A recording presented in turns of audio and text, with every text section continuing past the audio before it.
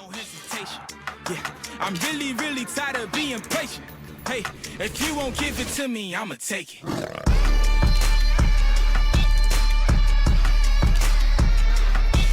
Take it. If you won't give it to me, I'ma take it.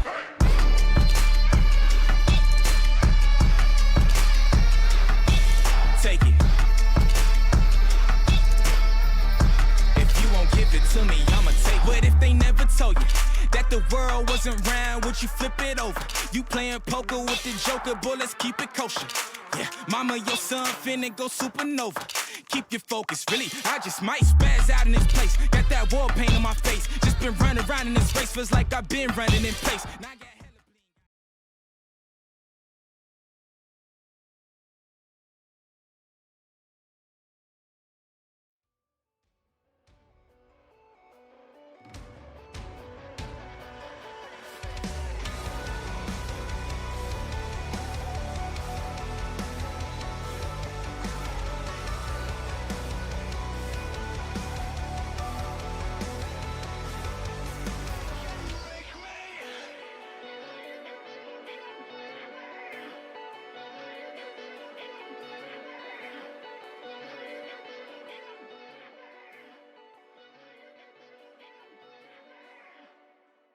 Hello, everyone, and good afternoon. We are here with Nexus Revival Series number 3. My name is Nerds. I'm on the desk with Ari, and we're going to be the voices here today. Exciting final day of groups before we head into playoffs. So there's a lot to contend with. I know, Ari, you've done some mathematics, you've done some statistics. Normally I do that, but I got a pass today. I don't have to deal with the minutia and the numbers. So can you lay it down for me, not only with the schedule, but also with what the schedule means and entails for the bracket? Well, sure thing. Hello, everyone. Yep, it's me from yesterday. Well, actually, both of us from yesterday. But Yep. we're going to have pretty much all relevant games right now. That might change depending on how these first few rounds go. But, taking a peek at this round number 1, it's going to be Eternal Focus Crimson versus Luminescent Sapphire. Luminescent Sapphire, they are already through to the next day. They've already made top 6. So, the big thing for them is making sure they can try and get that bye. But getting a win here is going to push them a little bit closer to that bye. We'll see how that plays out. But Eternal Focus Crimson, if you win this, you are in. So this is kind of a big sigh of relief. If you can manage to win this one, EFC, you are into the next stage. Have fun. Good luck there. Have fun and good luck. I mean, you talked a lot about the first matchup, but we also have some other ones to contend with as well. It's gonna be I think you said DRM Sushi Boys, Tofik, and Envy Sapphire. Gonna be the last 2 games closing us off here. Before we get into all that, let's talk a little bit about the standings. Right, True Synergy Gaming still leading the charge alongside Lucky 7. Oh, they're going away. They're coming back. I think we're getting some updates on some people coming in. Now, there's a little bit of a shakeup because Sushi Boys were, I think, no, sorry, not Sushi Boys. Mango Slices were originally not going to be playing, and now they are going to be playing. So it kind of changes up the math and the numbers. Now that we have this up, I feel it's the perfect time to throw to you, RA. Yeah, Mango Slices kind of screws up everything, right? Originally, they were gonna be 17 and what is that, 8 or 7 and 8? Excuse me. Oh boy, not 17, 7 and 8, and that would mean that they are ineligible for making it to the next stage. However, they are gonna play 3 more games today, so we'll see them at least have a chance that positions 4 through 10 right now. Any one of them can still make it in. So 4 through 10, those are the players to look for, still fighting through today. 11 and lower, unfortunately, they are out. They are kaput. We'll see you next time. 1, 2, and 3, they're locked in, but they're fighting for seeding because 1 and 2, remember, they get those buys. So very important still for every one of these teams to make sure they can get as many wins as possible. I mean, I wouldn't say it's complete kaput for 11, but I do get what where you're coming from, considering that Nexus Gladiators, they're 5-8 and with a 0 round differential. Mango Slices and DRM Esports also with 0, but they have more wins under their belt. Nexus would have to go 3-0 flawless to make it back, and They've already played 13. Ooh, So they have? they are done. Ah. Yes. Wait, don't they have 2 more? 15 games. They would get 3 points and 3 points, which would be 6 Oh, to make them 21, which is and that's why already you do the numbers for impossible. this one. And that's why I let you do the numbers, because I didn't want to deal with it today. See, and that's, and good to have a co-caster here with you to catch your faults, right? Don't have my spreadsheets out, but I do know one thing. This matchup is going to be crazy. We do get a more diverse social vote. I remember the production, we were kind of yapping together on the desk, like we're going to be sending this out so other people can vote before the map bans are done. It's 75-25 in favor, interestingly, of Eternal Focus Crimson. I'm a little surprised, but I'm also, you got to root for them. They are currently the underdogs, technically. The reason I am so hyped for this matchup is because it's going to be the third and the fourth seeds, right? Not only are they fighting for seeding, but I mean, I don't think that there's a way for EFC or Luminescent to be knocked down out of the top 6. But they do need to score at least like 1 or 2 more victories to be secured in top 6. It's just gonna be who's gonna be, who's gonna be that higher seed, and the higher the seed, the easier a game should be. Yeah, I mean, they're already in. They're already in the top 6. It's about, that seeding. Yeah, like you Mm-hmm, mentioned, and mm-hmm. really, very important, the buys, because I don't know about you, but I don't want to go up a team like EFC again, take that chance, or maybe even Lucky 7, right? Because it looks Yeah. like True Synergy Gaming are set. They're 12-0, so there is a world they fall apart today and do manage to fall on down, but that's all for us to find out later. Right now, it's time for the map bans, and we're gonna do them live right in front of you. So we've got Icebox banned first, as well as I'm Lotus. so surprised. I'm surprised, right? Because I remember earlier we were kind of guessing what the game would be. And Luminescent Sapphire has played, I believe. We've seen Lotus yesterday twice from Lucky 7, and Luminescent played on Lotus. So I kind of, wanted or thought that they would lean towards that. But no, they're going to be banning it out off the rip. Icebox and Lotus being out of contention pretty quickly gives us, a pretty solid understanding of where these teams are leaning. I doubt we see Abyss. I'm surprised we haven't seen Abyss, right? Like okay, and here's why I'm surprised. Here's where I'll kind of throw my idea hat into the ring. I think Abyss, especially in a group stage, wouldn't be the worst thing, especially if you're fighting for seeding and not fighting for, too much else, right? And here's why. You get a little bit of tape on your enemy, and if your enemy is going to play it, then you kind of know, it gets poke and prod a little bit, but it's going to be banned out. Bind and Abyss going to be the next 2 coming through here. Luminescent going to be taking care of the newest map of the Valorant and not playing it out, unfortunately, to the dismay of myself and actually the producer. I'm gonna give him a shout there as well. Yeah, I mean, I do think that Abyss is one of those maps that you would pull on out if you're not exactly confident against your opponent, right? You want to try and take a fair fight on a map you feel a lot better on. Abyss would be if you're really just trying to grasp at straws, try and steal that map away from them. Interesting. But I mean, Ascent Band, which is kind of the opposite side of Abyss, right? Instead of grasping for straws, it's, well, we believe we can beat them on the fundamental side. And the fact that that is banned as well means we're just down to 2 maps. Yeah, last 2 will be Sunset Haven gonna be played. Sunset banned out. Honestly, that makes sense, right? Sunset is a longer standing map, and I feel like, again, right, if you are going to be playing on a new patch with new agents with a slightly changed up map pool, I don't know why, but in my mind, I'm always like, I want to see these teams play on the new maps or on the maps that are being brought back, because it'll allow them and allow us as casters to get information on how these teams have developed in the off season of the map, right? When the season's not in play, when the map's not in play for the season, how have the teams changed up their pacing? Have they what have they done to kind of I don't know how to say this, right? Like, what have they done to change things up?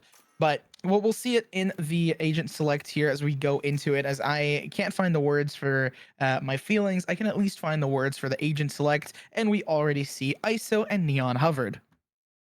Well, this will be a fun game. I mean, okay, I recently just watched a game on Haven and I saw the Harbor used, and I was like, okay, Harbor's not a terrible pick here, but I want to see how much value it could find. And really, it changed my mind completely. I think Harbor's a great character, especially with the new Harbor nerfs, right? That team that I would watch, they ran Harbor Viper and they made it work. They were dominant. So this map kind of is you have to enforce your playstyle on the opponent. There are so many different ways to play it. You can play heavy retake, you can play heavy brawl, or you can play that slow sort of, puzzle piece sectioning out the space you want, especially with that killjoy being in the picture.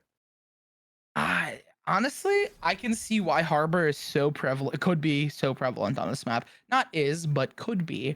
Specifically for the longer sight lines. Cascade is very useful. That wall is really nice. Double wall for Viper Harbor is still pretty powerful. Even with the nerfs, I still think you can't be like, no, it's a horrible pick. Like you throw it out the window. There's a little bit of, value to it. But nonetheless, I mean, still Harbor will have to more than just show up. I feel like throughout the tournament, because the playoffs are happening next weekend. I feel like that's when we'll start seeing more teams kind of go for that Harbor playstyle. Because in groups, you're just trying to get as much tape on your enemy so you can either counter strat or just, have better pug strats when you're calling mid game. Right. We mentioned it a lot yesterday, but the round differential can also be a solid thing. So trying to keep your opponents on your toes by kind of just throwing random things at them. Sometimes it's a surprise that will catch them off guard and get you so many rounds in a row. But speaking of surprises, Yeti kind of was the one question mark whether we were surprised on whether we'd do well or not. We're going to see right now already Yeti trying to dash on out and with the initial shots. Oh, the paranoia is already being invested here. They have so much space, but they're getting pinched. Oh, the attack pinching on the defense. They tried to go for a fast play, but it's not working. Augie's here. Roman falls.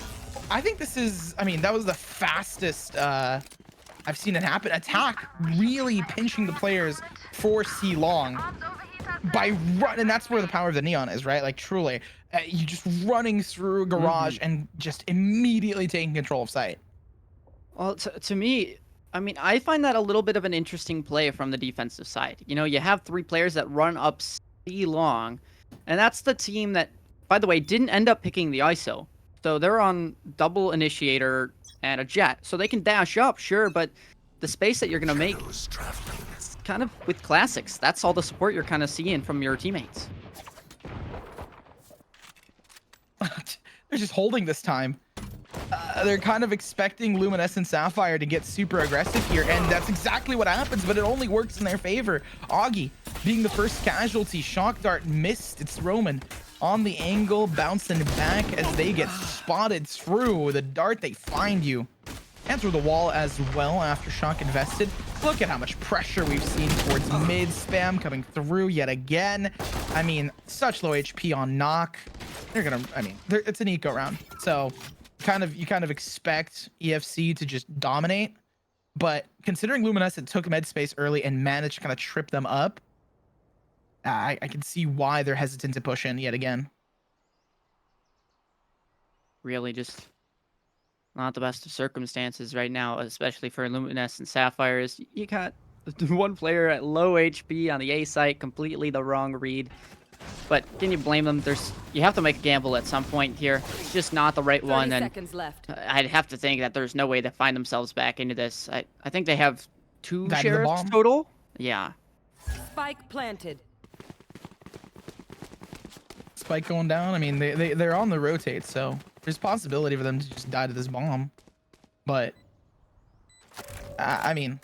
look, I just quickly looked at the eco. They have 2 bulldogs and a guardian, so for the side of EFC, they just want to maintain that. Obviously Lore can pick it up if they go down here. They want to keep 3 players up, so it'd be a 1-for-3 trade. Luminescent kind of understanding that, looking for exits, looking to see if they can just, again, die to that bomb, as it's just going to tick away. Not a bad strat. Isn't the FNS call, or pretty sure it is, right? What, just to go die to bomb? Something like that, yeah. Hey, a 3K. Wow, the Spike needs to have its own stat, right? And when you press tab, like, you just see Spike deaths. Honestly, that would be an interesting number to kind of have to compare. It's like doing predictions with like, is chat correct or is the coin going to be correct more time often than not? So, so many different fun things to kind of speculate about. And Eternal Focus Crimson, right? It was the chat's favorite going into this one. I was part of that vote myself. I will not say for what side, but I think that this is definitely going to be a solid showing from Eternal Focus Crimson nonetheless, and I feel like Luminous and Sapphire are going to be playing from behind a lot of the time. Saitek's going to be quite dynamic. Roman taking the fight, immediately traded out though, with the numbers fallen in favor of, I would even argue, Luminescent with such low HP. Augie is one shot away from death. That's done. Lazy Pig still up on the board, going to take down Knock as they look to lock the third. I mean, if EFC locks in this third round, they'll not only break the economy of Luminous and Sapphire, but they'll kind of solidify themselves in this. But it's the fight not over. In the corner, Augie still proving to be a nuisance, even though they're at such low HP. Repetition has been good with the clutches, but they've been really strong on the multi-kills. But look at these players. They're not positioned together. Lazy Pig playing from long and winning out against Repetition. That's the third round found for EFC, who don't make it look super easy, but they make it look very collected. Well, I mean, say what you will, that was a bonus round. Yeah? So that's an advantage gain nonetheless. Should be an extra one to tack on. EFC, they are, I would say, a little bit heavier towards the attack side in terms of their play style, in terms of, research on them and what I've seen from them previously. Luminescent Sapphire kind of just like to pug it out a little bit more, right? Try to just find out what the advantage is, and it does take them a few rounds to get into this game and adapt to what the current situation is. Right now, they're just trying to search for that advantage, but in this round, with a few sheriffs, it's not going to be super easy.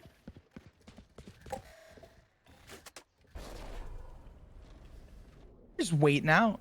There's no reason for them to get super aggressive here in any angle. Repetition holding it down towards A. We see Omen not getting caught by the utility. Sana could have a really solid timing on them. No, it's just going to be held by Sova. Not spawning him out. Just barely sees the head of Neon. Managed to find one, but it's an immediate trade.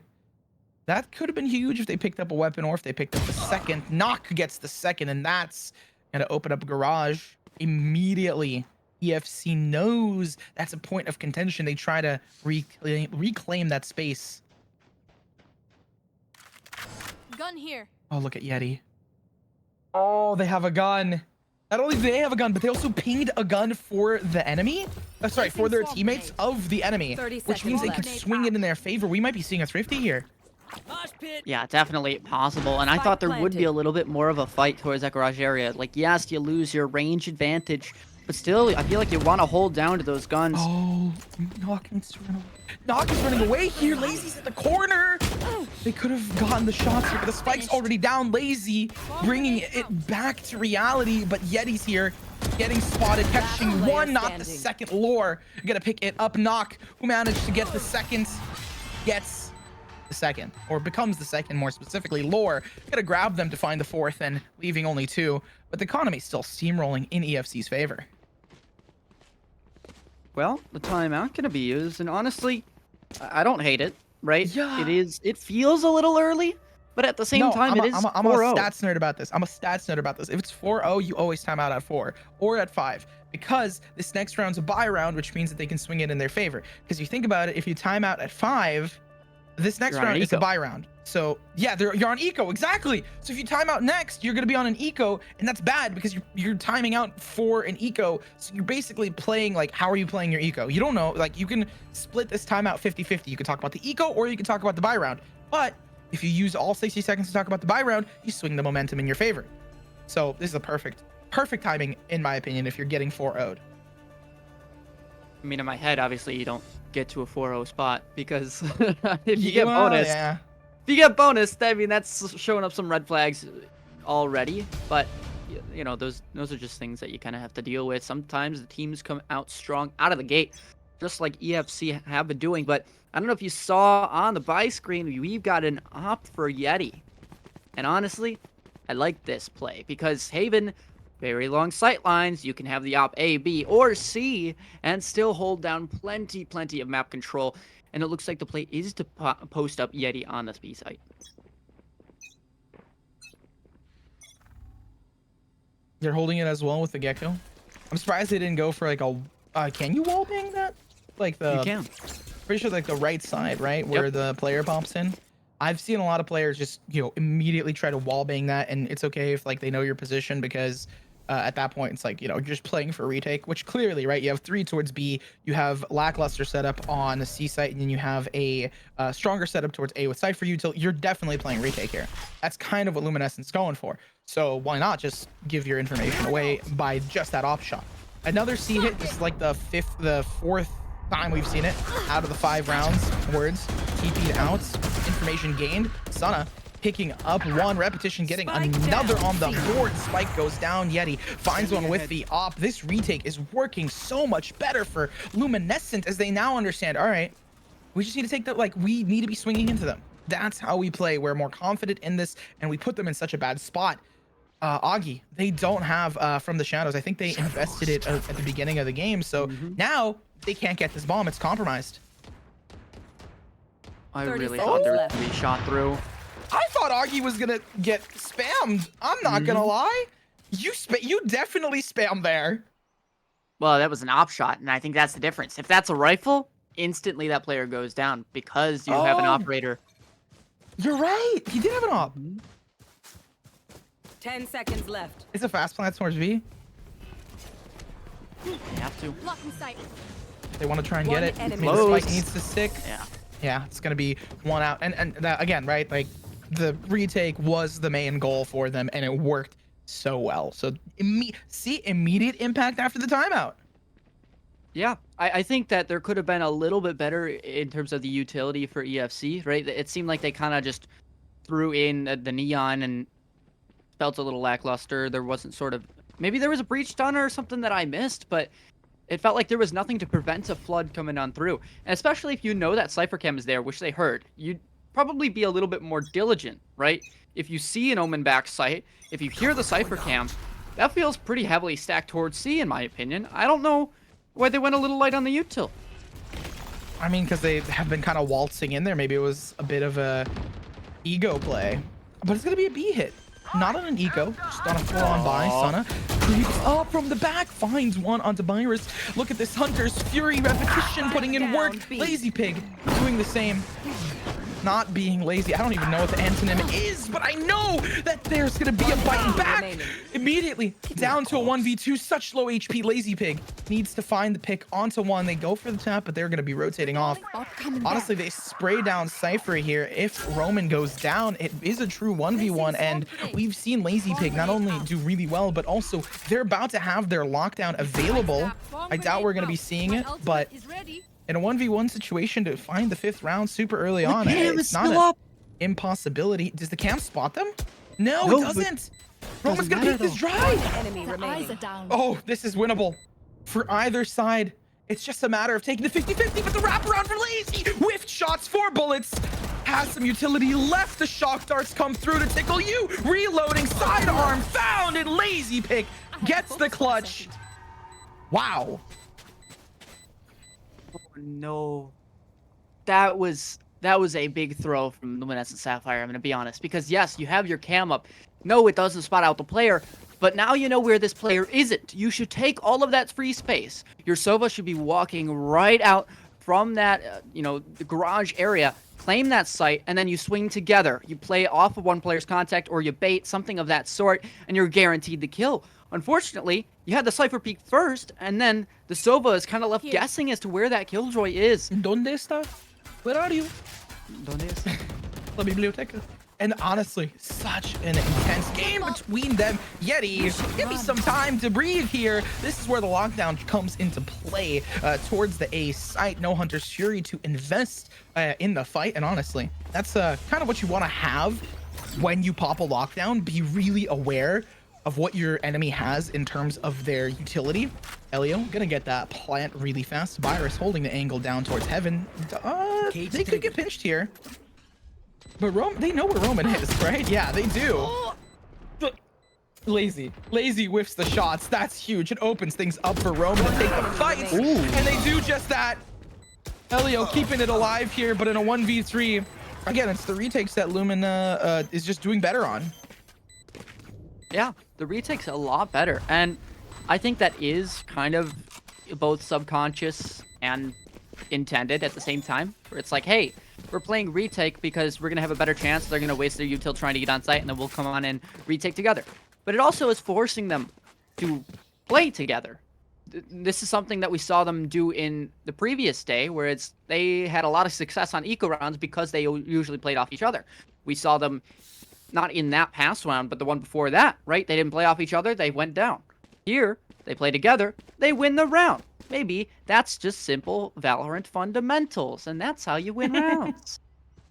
Wow, we've been losing on our site holds. Let's play for retake. Who would have thought?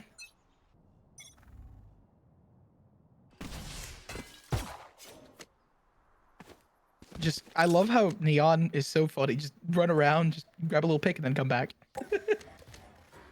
Yeah, well, I mean, you have that ability to take that early space fast, get information, and why not use it? Deploying drone. Of course. Drone comes through, gonna find Knock. Immediately slide in with the ultimate. Spyrus finds one. Augie getting picked up with the Outlaw. Okay, well, I mean, it's the eco, so you're gonna try and find as many weapons as possible here. Slowly working their way in. Lazy Pig finds the position of another.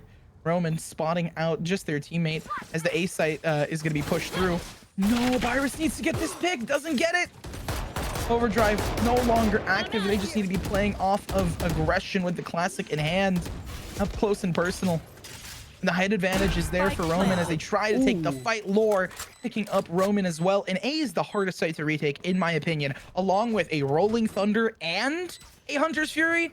It's strongly in favor for EFC. They have to win this, right? If they win this eco, it's gonna bust up the economy of Luminescent, especially after they just won two, not back to back, but two rather closely together. Yeti pushing in onto Lore, finding one, not finding another. There's that Hunter's Fury I was discussing. Redemption being spotted, finding one more, picking up a refresh on the gun. It's winnable. Elio needs to run through. There's a read there.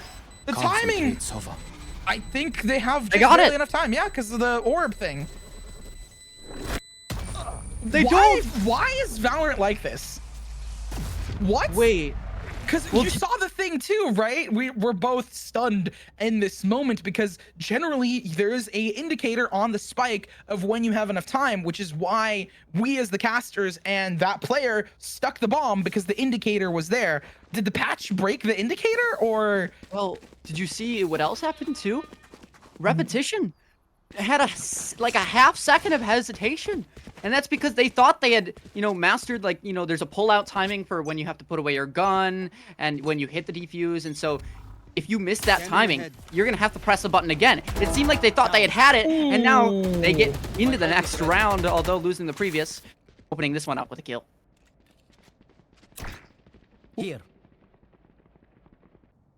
I mean,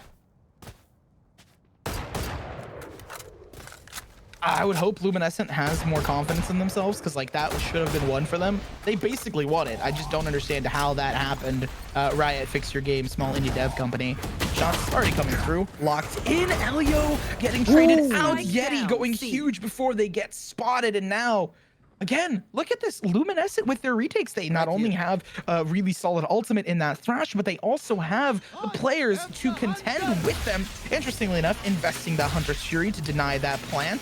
As much as I appreciated, it's going to be, an interesting investment. This Thrash needs to find the players if they want to lock it in. Gets one onto Lazy Pig, basically netting them a 1v1. They catch another spam through and defuse. I feel like in that scenario, you should have used probably either or of the ults. Now, I guess, right, you were searching for the advantage by trying to just get the kills with the Hunter's Fury in the first place. Because they're down rounds, probably. But, here's my thought, right? You push in with the Hunter's Fury. You already have known the positioning now of these players because the information of absence. If you scan something with your, Sova Hunter's Fury and there's nothing there, you don't have to stare at that angle, and you can push out the other two, try and group up and clear those. Now, I understand why they use both, right? You're down a few rounds, you want to secure the round, so I guess good on you for that. But still, if you're trying to learn in terms of efficiency for trying to get as many rounds on the board as you can, having one of those ultimates in the next round would have helped. I honestly, the Thrash, I feel like you use the Thrash there. But the Hunter's Fury, I feel like the Thrash? You say the Thrash? Save the Hunter's Fury. Yeah, that's my point. Yeah, you save the Hunter Shiri, use the Thrash, because Thrash gets you a 1v1 while, unfortunately, Lazy Pig was detained. And then from there, you're pretty chill. You're vibing. Oh, they're about to go into repetition. We saw repetition previously. The spray down could be huge. Gets the 1, gets the 2. No, they're going to be pushed out of position. Repetition, not finding the same magic that they had. The mojo has been stopped. Yeti holding this again with an outlaw, trying to punish this eco. Honestly, I don't think you smoke that if you're Omen. I think you smoke short, let them have that space, but you want them to push up into that A site. Your Jet just found the timing on the drone. You want them to push up. You get a free shot on them, a free kill going into this round, and you now they take back the rotate. numbers advantage. seconds Right, left. exactly. They're going to rotate off of that contact. Because why would you take the fight realistically when you're being smoked off and you can go towards C, not have to deal with the smokes, and then you have Yeti who's on an outlaw, you know this, and you can try and play off against it. Sunna being pushed out of position after they find Lore is going to be a huge important player to take out of it. Shot through for Roman as they find the 3 and start the defuse. I mean, they're going to probably give it to, they're probably going to give it to Jet most likely for the Blade Storm. I mean, I think that final fight comes down to gun disadvantage. I think the play was correct, and everything that they could have done in that round did come through for the side of Eternal Focus Crimson, but yeah, it just comes down to maybe post-plant, you could probably get a little bit more aggressive, knowing that you have those weaker weaponry. But again, so many things to focus on. I guess they were just worried about getting that bomb down. They do get that, and they now are going to take a timeout moving into this next round, trying to look at this buy, which, yeah, I mean, it feels like the 4-0. Wait, this was 4-0, and now it's 6-4? I mean, honestly, not a bad turnaround from the previous timeout. Yeah, I mean, the timeout, I feel like this is a pretty good timeout because if you think about it, right, specifically for the, if we're talking about the players of EFC, right, their coach is probably going to talk to them a little bit about the next round. They're going to talk to them a little bit about, potentially winning out 7-5, 8-4. Realistically, you're talking about the second half of this game because this is one, attack-sided map. They are on attack, so they want to win these next 2 so they can go into the next half on defense where they're going to be mostly playing retake or getting really aggressive, strong, weak, and then playing retake. They realistically, right, want to try and net themselves some sort of advantage going into it, right? Whether it's on the beginning of the next half or within this half already. I think personally, EFC I think they need to target the Cypher trips a little bit more because there's a Cypher cam that's been on C pretty much the entire time, which they do know. But because they're not clearing out those trips towards B or towards A occasionally, there's no threat of a lurk. Yet he has an op. Oh, the moment they pop out of the smoke, it's probably just going to be kaput for some of these players. They should have. An op shot missed, but the sheriff shot found. It's just going to be a red and blue kill feed as the trades even out 3v3. We still have that Cypher null theft up and active for the defensive side. They pop it out. Repetition knows, trying to get ahead of the game. Lazy Pig taking the shots first. Oh, but they know paranoia invested. They know it's a 1v2 here. Shots for repetition. Repetition. This is the repetition that we should have seen at the, I think the previous round when all of them were stacked towards a lobby. I remember repetition on that Sova yesterday had, I think it was Sova or Omen, one of those two, and had like 3 or 4 spray downs multi-kill. Picked up, I think, 7 kills in like 10 seconds of playtime. It was ridiculous. It really was a feat. And now we're starting to see that one show back on through. I don't think that's quite how you wanted your post-timeout round to go if you're EFC, but you're at least a lot closer to these ultimates. It's just about farming the bump and using them in the correct situation as opposed to getting isolated in your 1v1s. Oh, man, these ops have been working so well for Luminescent Sapphire. And look at Summa. I kind of wanted Suna to pick up one with that shorty just for the memes. But, just slowly working their way into this A site. I feel like they either try to hit fast A or they just, test the waters before rotating off. They have the timing and they have worse off weaponry, so trying to go towards the easier site is the way to go. No, missing up on some of the util, getting caught by the utility as well by Iris. A couple of whiffed plays is just gonna, you know, it's not gonna kill him, but it's gonna leave him at such low HP. This is the plant going down. A is one of the harder sites to retake, but they have worse off weaponry, so it's going to be harder for them to contest this space. Repetition, pushing in, one found, gonna apply a lot of pressure. The crossfire set up, popping the ultimate as well to lock it in. The 7th is found. I'm happy that they held on site rather than playing towards a main, because as I mentioned, they had worse off weaponry. If they had done that, it would have been over, but because they played on site, they had a shot of winning.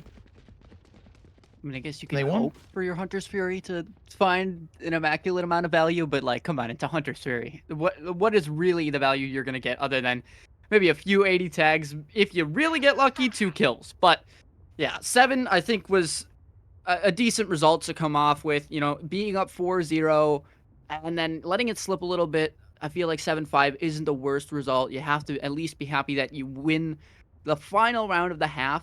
And you're allowed to now reset into the next half. Going into their defensive side, you have aggression towards one, defense towards the other. I mean, that's a simple KJ and Neon comp for you. Oh, Virus is just getting so aggressive on the defense. A fast plant coming out from Lumina. The spam not there. And this is where Gecko truly starts to shine towards most of these maps. Just really good to maintain a lot of pressure onto these players. Right now, I mean, the biggest question in my mind is how do they maintain control of this? They can't. Oh, Sun's gonna find the first knock. It's gonna be pushed out of position. The retake is there. B, easiest site to retake, I would even argue, on this map. Sunna gets one and done, unfortunately. They try to tap that bomb from window, but look at how far they pushed Roman. Enemy down. What, Roman? Okay, Roman! Augie! What? Finds the 4-piece right near the end just to rub it in them a little more. Oh boy, I mean, that was a chaotic round. Yeah, I would like to see that again. Now, I think there was one big mistake, and that is playing from B main. You just can't do that, especially when you have pistols. You can do that when you have rifles, when the spam will be good for it, but when you have a share of 6 bullets, you're relying on probably 2 of those 6 to be hit through smokes. I think both teams did make a mistake. Smoking window is not the greatest decision. You're supposed to smoke close to you since you have weaker weaponry, and because they can spam through that smoke from window, if somebody's playing in front of it, they can get the kills a little bit easier. But still, it works out in your favor. It's no focus, Crimson. Be happy with that and convert on your eco because you've earned the gun advantage. Don't throw it away. Yeah, I mean, you want to try to keep as much pressure as you can. 5-8. You win this next one. It's their buy round, so you win the next one. You continue the pressure. I feel like again they probably retake, right? Because they don't want to lose these weapons. Ooh, as I say it, the reposition doesn't work. That's a bulldog found. Elio needs to prevent them from finding it. Gets the one. He's gonna keep the pressure. Finds the second on the site, and now they're going to take the fights again. They've knocked a little bit of that HP off, but some of the weapons have been found. This aftershock being more deadly than not. Lore now taking the fights yet again. Elio finds the third, hunting for Roman. As there's that bulldog finally picked up. I'm surprised they didn't smoke that off earlier or try to use a cage to pick that up earlier. They just went in without measuring their aggression. And now that spikes down, Roman has nothing to work with. It's over. Oh, whoa. Okay, it's not over just yet. I'm gonna find one more, apparently. You will It's not just a be swing off missed. contact, simple play, but I just realized EFC, they have Eljo and Elro on their team. And that is comedic. It's a good laugh. I find that amusing. But yeah, I mean, a great round for them, for EFC. That's exactly what they need to do. 4 kills for Eljo, meaning you get the Hunter's Fury up online. Honestly, I want to see them use it a little bit aggressively in this round. Once you have some heavy contact, try and fight for those guns. You're at a disadvantage. You're going to have to go for a play. Sure, that's a little bit readable, but you have the utility to make it work. So even an evened out round still going to be a lot better for you.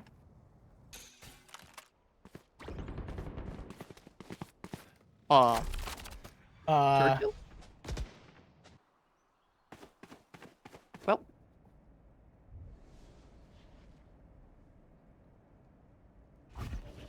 I mean, I'm just 4v4. kind of surprised. I'm just like, huh?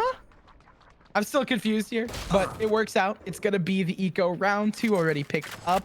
Not gonna go for that plant rather quickly as they Thank you, Claire's. slowly. Oh my gosh, they hear him, right? They put a little mark there. They hear Lore, but they don't hear anyone else.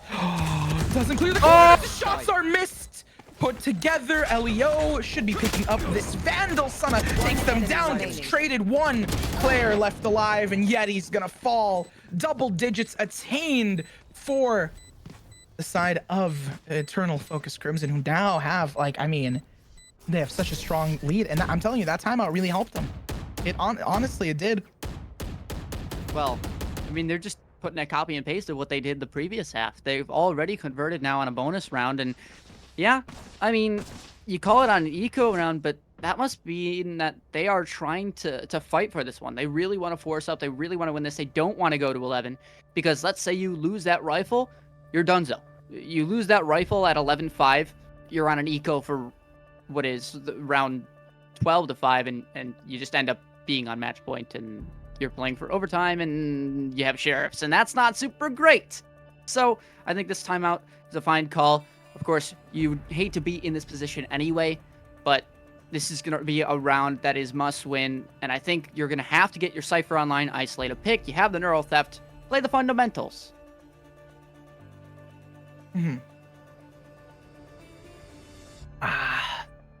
Playing slow. I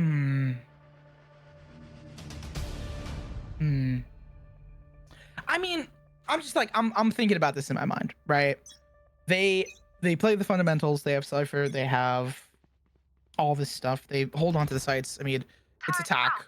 So realistically, they could default to gain info on rotates and fake a site. Like juke them out a little bit. Like, oh, we're going here. We're going there. We're going left, right. Where are we gonna be going? And they do have it's an eco this round, so they're gonna be defaulting for this eco to try and get like a pick and find a gun. That's gonna work out for them, I guess. But I hope they continue this default into the next time. They should immediately pick this up. Yeah. But then if they slam the site, it's gonna be the same thing. It should be a retake for the side of Eternal Focus, and then it's just a retake with 3 Vandals and an op, which is basically the same thing as they had previously. So I don't get what they're doing here. Roman needs to find these at least one here to make it worth their while. It's double up. Finds none. It's gonna be taken. I think it's over. Yeah, no, it's not a knock. Makes it not over. It was over, and then Knock brought it back by finding 2 excellently placed shots to the head.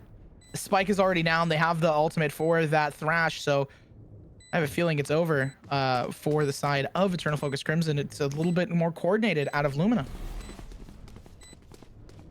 It is still doable for both teams, though. Certainly not over, but 1 HP. Oh, yeah. Monster Oh, there's that on Thrash. Luminescent players, and there's the first kill to detain, making it a 1v1. The tap's gonna come through, and the swing on out.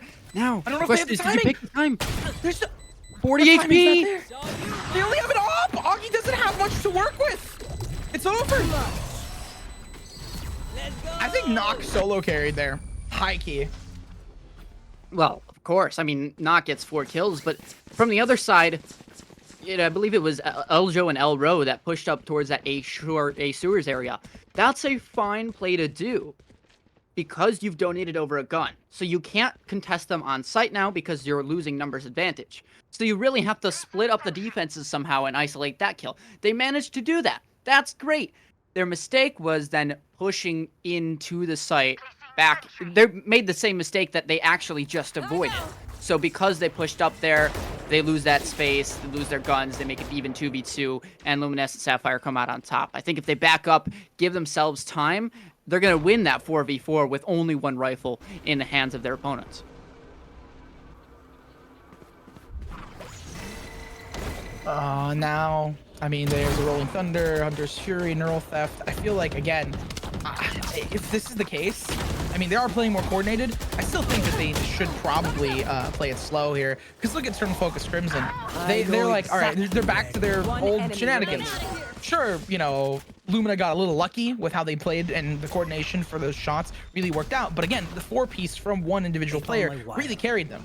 Now Roman's just chilling here. They're gonna get stunned out of position, fall back. I mean, it's over. They're paranoid, stunned, spammed. Again, right? That wasn't the fix. It was like putting a band-aid onto a broken arm.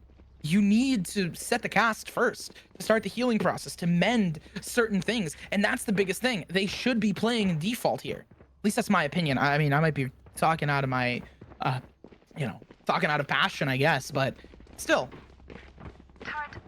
Well, I mean, Eternal Focus Crimson, they are set on the fact of their A-hole. They have this A protocol where the Neon runs up, and it just seems like Luminescent Sapphire doesn't quite know how to deal with it. They've been able to claim that kill onto the Neon before, but now this aggression is not predicted on the C side. Virus is good for 3, and now looking to make it more than that. Full Blind gets the 4th kill, and let this man ace. No. No. Roman's like, no, immediately. You gotta prevent it from happening. You're not allowed to. Not on my watch. But what a way to find the 12th, honestly. Yeah. Match A point. great play to swap up that protocol, right? We were just mentioning how they've been, you know, running it down A. It's been predictable. Now you swap it to C. I think once you get stuck in that drone, yeah, there's not much you can do if you're the Sova. But the rest of the team, I don't think they were stunned. They must have been blinded or something that did not allow them to stare at that Neon. Because when you hear that, when you see that first initial Neon stun, you back the frick up because you don't want to push into that. You know there's going to be a whole entourage staring right at you. Oh, this ultimate. Okay, gonna be countered out. Augie picking up a trade, though, in terms of the numbers, and Lore getting another. I feel like it's locked in. 2 players left alive for the side of Luminescent Sapphire, as it's just a dominance, utter dominance from the side of EFC. And confidence as well. Look at how far Lore has placed themselves solo. Right, sure, we have, you know, Sova coming in for help and coming in for aid, but it doesn't seem to be working out. Knock getting another player. I mean, Knock could bring this back. We've seen them clutch things out in the past, but the positioning is rather tight for them. They can't rotate off towards B or A. They have to hit C here, and I think Knock is aware of this. They know this. I like this context setup. This Omen literally just needs to hold this angle with the operator, and they're all set. But now getting scanned off of it, that's gonna make this interesting. They TP out towards platform to try and take the fights, but Knock has the read that it could happen. Right, you're contending with an Omen. They even ping that area out. Ooh, 30 Knock seconds left. again finding these players. That's gonna be Dizzy invested, not finding out Lazy Pig, and it's over. And Lazy's gonna find it. Repetition. Last Can't bring it back. standing. 6-13 on the board. Defenders It's win. going to stack in favor of EFC. EFC just putting on a nice clinical show. They really understand, I think, the fundamentals of Valorant. Well, maybe not like a lot better than their opponents, but they certainly showed it, right? Romani doing a lot of work on that defensive side, having utility on like every single site, but it just wasn't enough. You saw towards that final round, there was a crossfire. The space conservation was perfect. And then I believe it was Augie holding the op down the one angle that they could go. It really just playing that perfectly. The space control was there. And it's sometimes those simple mind games. It's not even a mind game. It's just a simple, well, we're going to force you to go into us and we're going to shoot you. And that's going to come out on top most of the time. I mean, I like how the teams like GG guys, you know, they're super, you know, nice playing together. The round differential truly is what's kind of, you know, eating at my mind, right? Because they won 13-6. It's gonna be, I mean, I don't know if you could do the math really fast if you want, but like, you know, other than just math, it not only brings them up into second, but it's gonna put Luminescent Sapphire down. They're not so far down that it is, you know, Tofik can take over them.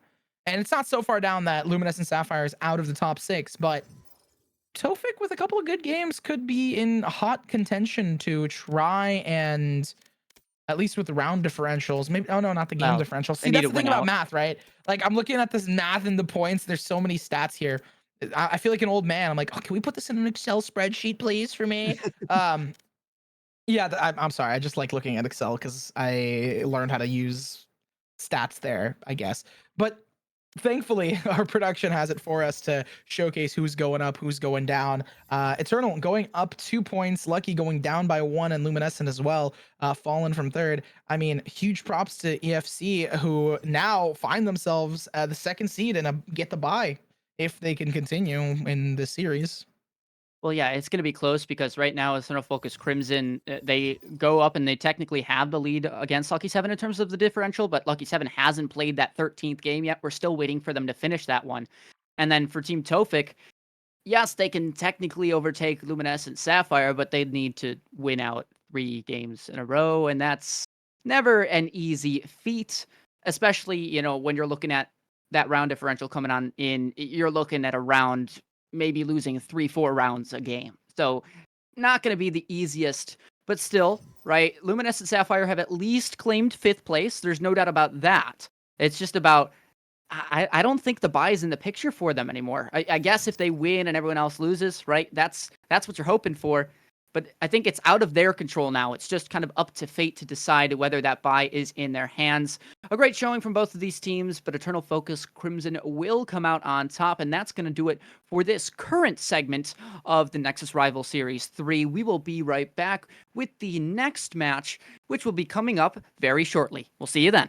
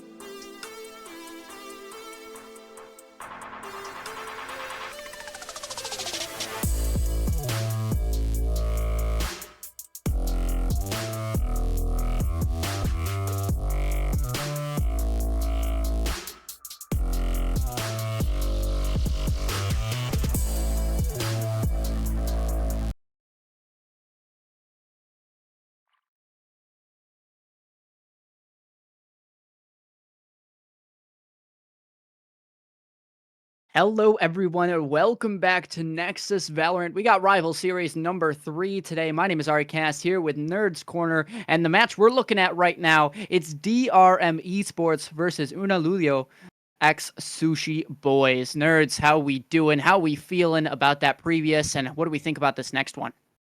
The previous game was a little bit, I wouldn't say wacky. It just was interesting to say the least because I was stressed out in the very end. Just unfortunate for Luminous and Sapphire. They kind of couldn't come together. I thought that they had a shot here, but great for Eternal Focus Crimson because now they're going to be going up in second. They have a shot to basically, if they do perform well, and Lucky 7 is going to be playing some of their games here. If they perform well in the next couple of games for EFC, they might stay in the second spot. But, who's to say? We still have this round of play and then another one before we get done with the brackets and done with the group stage. So, for Sushi Boys, right? It's very simple. Sushi Boys win this, they're going to be in top 6. DRM, they are kind of in a more tumultuous spot. They probably have a shot of getting 6th, but it's very unlikely. They have to have a really high round differential if they want that to happen. Yeah, I mean, for DRM, it comes down to you need to win this game, otherwise you're out. Sushi Boys, the fate isn't, it is in your hands, and it also isn't. The best you can do is try and win out, and hopefully that puts you in a good enough spot. But yeah, bottom line, DRM, you need to win this game. Try your hardest. Yeah, I mean, honestly, I would say it's for both, right? Sushi Boys, they don't want to have it be stressful. They don't want to have it be rough. They just want to be able to get into it. Just like we're gonna get into the map bans. I expect to see another pug map, Haven, Split, not Split. We saw Split there, but Haven, Bind, Sunset, maybe Lotus, something like that. Yeah, who would have guessed the very first ban? It's Abyss, and honestly, that's not really surprising. I mean, I would have expected it maybe a little bit later towards the bans, but still, yeah, we expected that one to be kind of the one that's not really played often because that is a wild card that's only wanting to get Icebox. picked by an underdog, really. I'm not surprised about Icebox being banned out. Well, yeah, retake simulator and just very set ways to play it. Sure, there's some variation, but typically, if you're not confident with your executes, with your retakes, you're probably not going to want to play that map. And I think we can already get our idea from Sushi Boys. They don't want to play that for that reason.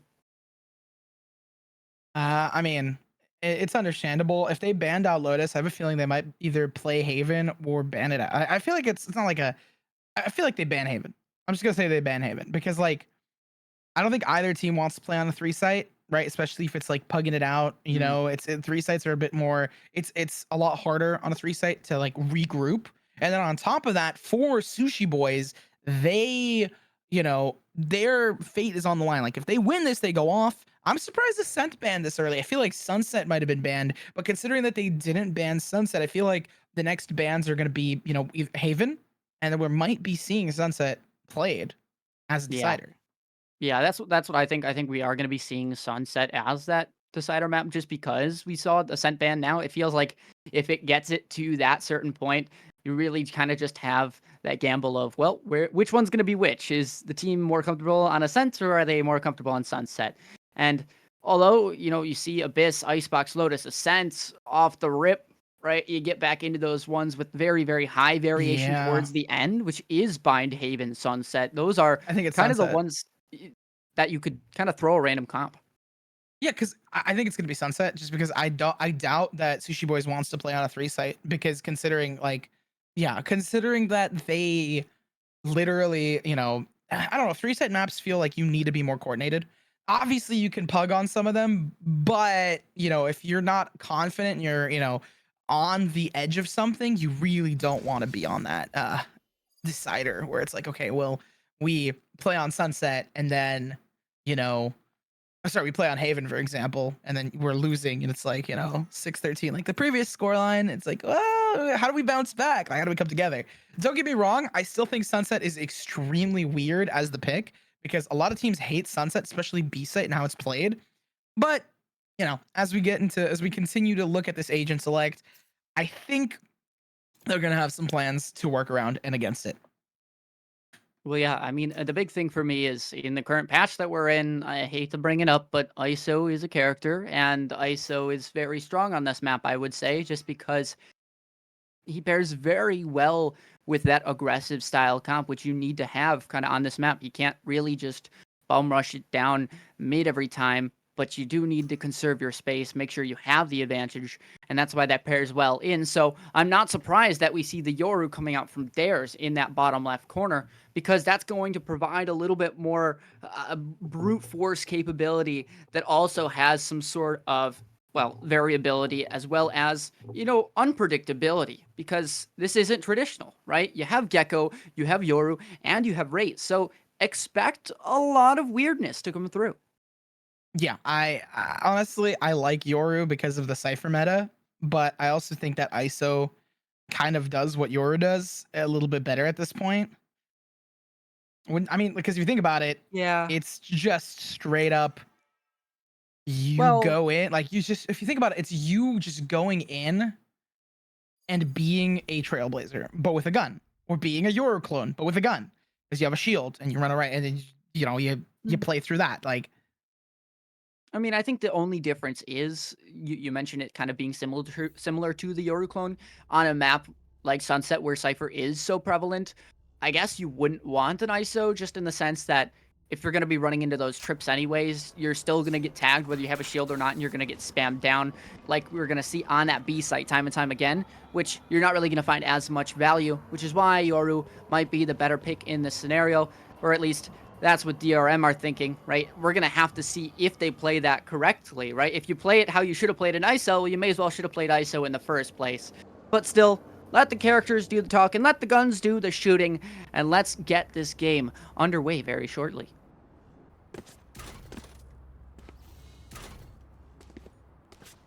just vibing out. My favorite thing to say is like, it's vibing out. I'm just chilling out here. Everyone's just There- jump around. You guys know what's gonna happen. It's about to be an A rush. Not much else to add. I'm not gonna be surprised when they, slam onto this A site and try and dominate Zera. Clearing out all the corners. Bomb buddy out. Shots as well. Osumania. A little manic themselves as they fall. Ghost Boy vibing around. The Sentinel spray. I see it out there. It's gonna be the call out of the century. Player tucked towards Sentinel. But no, they're gonna fall back. While we have the time, I guess, Sentinels beat out Energy 2-0. Yippee! Hey, you know what? Your region is terrible. I'm a Heretics fan. Don't come at me. Okay, you're in NA2. What are you on about? We're literally two North American casters. This is the silliest thing. Speaking of silly, Dares, the only one on this B site as the take comes through. Dares now has a Wait, pretty solid a understanding fake? of what's going on. Is it really? They threw a hard fake here. I think Zera's that's troll. in the corner. Oh. I mean, Zera's in the corner, so like Zera immediately knows. All right, well, okay. Not Zera, sorry, Dares. Oh my God, Dares was in the corner, and now Arrow's 30 picking up seconds one left. more. My words are losing their potency as these guys get the plant. Here's the thing, though. I still Spike don't like that planted. play. Maybe they're just more comfortable with their A post plant, but now they're all stranded on Oh, site. It's gonna drops be down. tough. Shots come for Nelson. Joms gonna be the brunt of it. I mean, they had the player advantage, but hence the word had. There's that clone coming through arrows, Last hiding player around. standing. And as soon as it comes together, it starts to fall apart. Dares picking up arrows to manage themselves a retake. And honestly, it was Dares kind of, gaining that information at the beginning of that rotate that really allowed them to be confident in this retake. Well, also, let's be real. You should have definitely committed to that B site. No matter how much resistance you thought or you saw or didn't see, the Yoru was playing off site. You didn't run into a trip immediately. Sure, there was a Cypher cam, but you didn't run into the trip, which is already big information. Then combine it with the fact you've been able to walk on site. You can have a lurk timing. You don't necessarily need to push through the smoke. You can get the bomb down, plant from B main. The spam's actually good with the pistols on this particular site. And if you're trying to head back to A, you don't have all the space yet. All you have is elbow. That retake's so much easier for those defenders because you're all stranded on site. And, well, that decision making costs them one round there. Oh, Zera pushes in. The right click's not found. Dares flashing out of the smoke to take the fight, but they double up. Soup's gonna sink you, but the Stinger's gonna, Spike you know, down B. sting you, I guess. And now, 2v3, regroup. They come together, no matter the weather. We're gonna, you know, fight it off till the end of time. Well, oh, if you know that reference, you know that reference. Arrows. Just chilling back towards tiles as they regroup for a re-hit. That spike is down though. Here. They need to grab it if they want any chance of winning this round, which at this point looks to be dwindling. Cover going out. We saw it yesterday. The strats take yourself out with the paint shell. Not available at this point. You're gonna have to go down or end up saving these guns, which aren't that great. I think you have what, a sheriff and a classic. Yeah, so you definitely do not want to save. It's just about finding the picks, doing the damage, and honestly feeding the alt orbs 30 to seconds left. the player of your choice. Because let's be real, if Osumania gets those orbs, that's not going to be as fun for your team as, say, maybe a friendly little Omen.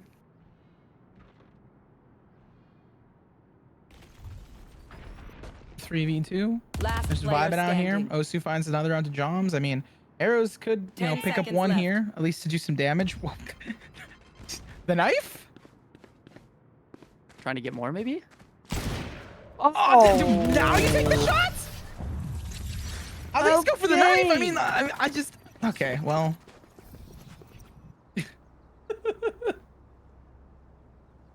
Okay.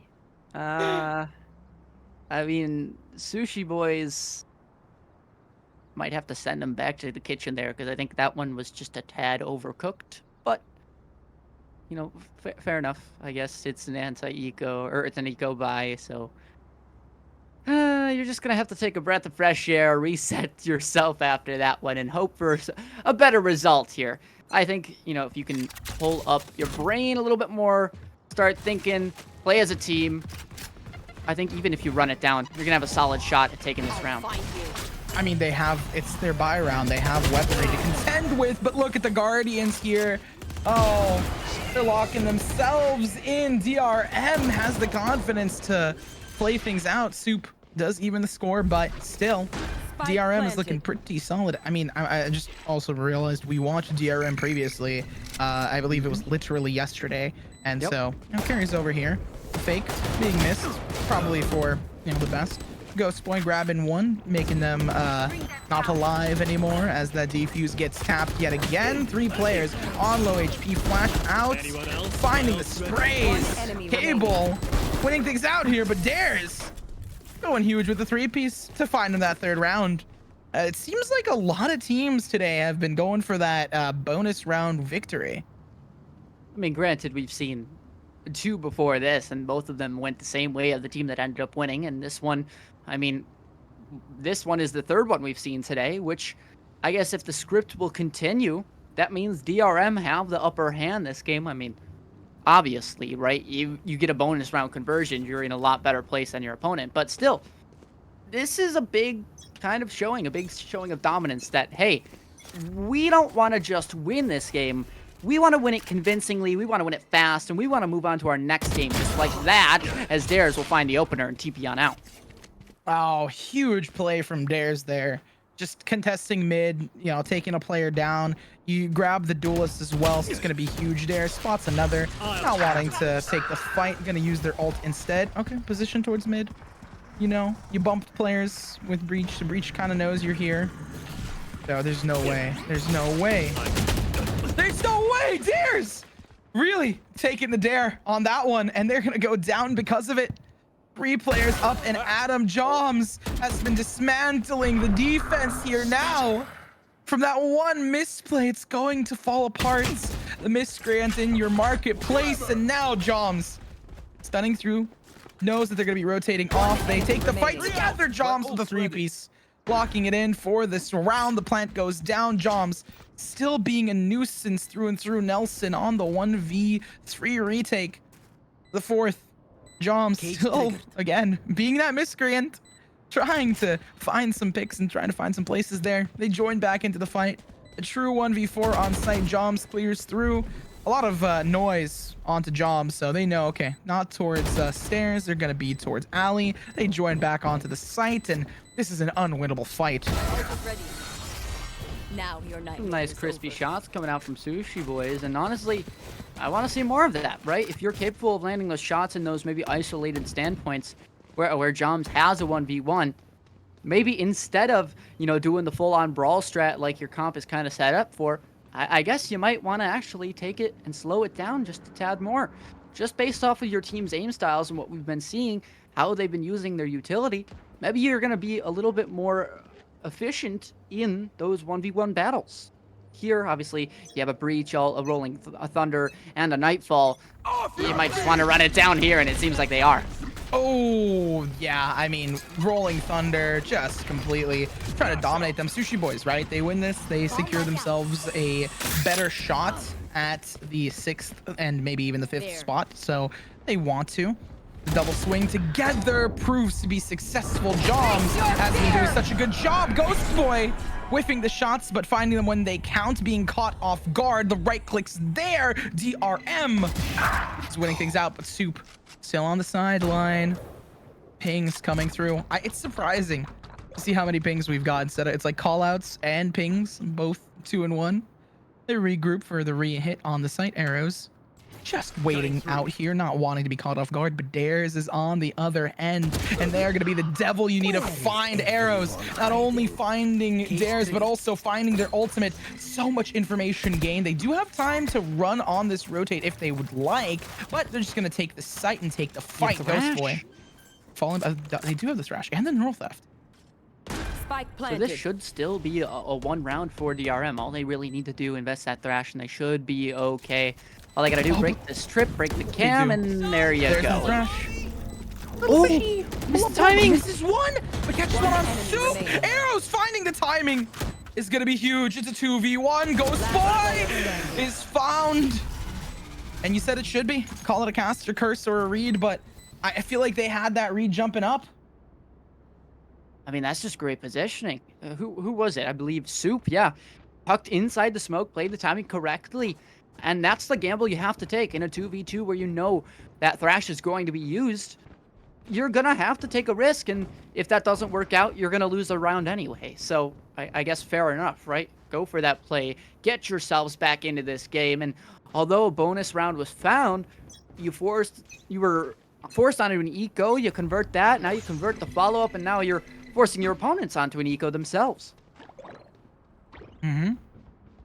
Osumania trying to use those beats to their benefit. Okay. Well, that looked like it could have gone a different way.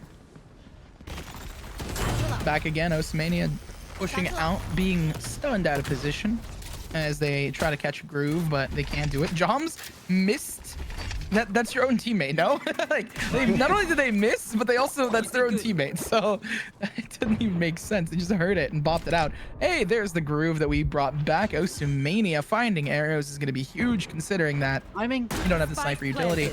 Gonna flash out of the smoke right as they push in. An ultimate, the showstopper as soon as it pops. Gonna find one. Dares is gonna make you hop, skip on your toes, and now Zera's the last player up, and Adam, they fall down. DRM find the 4th that they should have got the previous round. Come on, let's hear it. I mean, that's a fun sequence of events over towards CT. I mean, a showstopper face plant, just absolute barrel stuff from it, and lands onto a player. I mean, I wish I could see that one again, because there was so much to kind of go on in that CT area. There's so many things to think about. You don't know what to focus on. And honestly, I lost track. I thought Dares was on the opposite team. I thought they were still retaking together, but no, it seemed like there was a breach there, just kind of vibing out, and eventually got taken down. The 4th round for DRM, and they're going to put themselves right back in a better spot, right where they intended to be off of their 3-round start. And look at who else has the showstopper. They have something to contend with here as well for the side of Sushi Boys, but considering all things considered, right? Sushi Boys, they have the higher standings here, but they're not finding the fights. The retakes have just been too coordinated, at least in the most recent rounds. That previous one was coordinated. The timing was just found. And now, Soup with the plants. Hopefully they can contend with this much space. They can keep it up, considering that the side of Sushi Boys has 3 rifles going into it. They need the right clicks. Sarah picks up a 4th. They can take this away. Joms is there. Nelson finally found. Sarah finds the 3 and looks to lock it in. Arrows gonna be the one to take it. We don't get to see it, but we do get to feel it the 3rd round.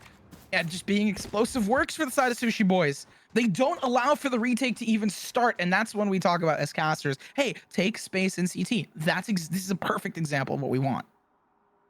I mean, to be fair, I was kind of debating in my head. I was like, okay, do you really actually push out here? You just invested that showstopper and taken that space, but they ought to give it up, which is a little strange. And I think that DRM were also like, wait, that's weird. They gave us the space. And then they push right back out of it again. They swing in, and that's where they find the value. So what was a confusing play was actually a trap play. It was planned out, and a great job. I fell for it, so did they, and you get yourself around. Zara being caught in between some trips and some paint shells. I mean, it happens. The Roomba comes on through to clear you. Osomania with some util of their own. Good timing onto Zara, but it's going to be traded by Nelson as they try to bully you back here into it. Joms looking out for it. Dares trying to find the pinch. They lock in the 2-piece. Soup now alive and well. Flash comes through. They pick up the Phantom. Spam is there, and Dares is found to lock in the 4th round. Sushi Boys, again, right? The exact same execute, it feels like. Sure, it was a little rough at the beginning, but it felt almost identical. Yeah, and I think that comes down to just not having enough resistance in the first place, right? Your Cypher's playing fully off site when the threat of a Rolling Thunder or Showstopper just isn't there. You need to at least do some damage, force them to use a little bit more utility while they're executing on site, because otherwise then they have it for post-plant, they can do those aggressions, and then play from B main. I mean, you had the upper hand, right? You had that lurk, that timing, you claimed the 2 kills. It's just a chaos over towards CT and towards market. You weren't expecting to push out, which was deja vu from the previous round.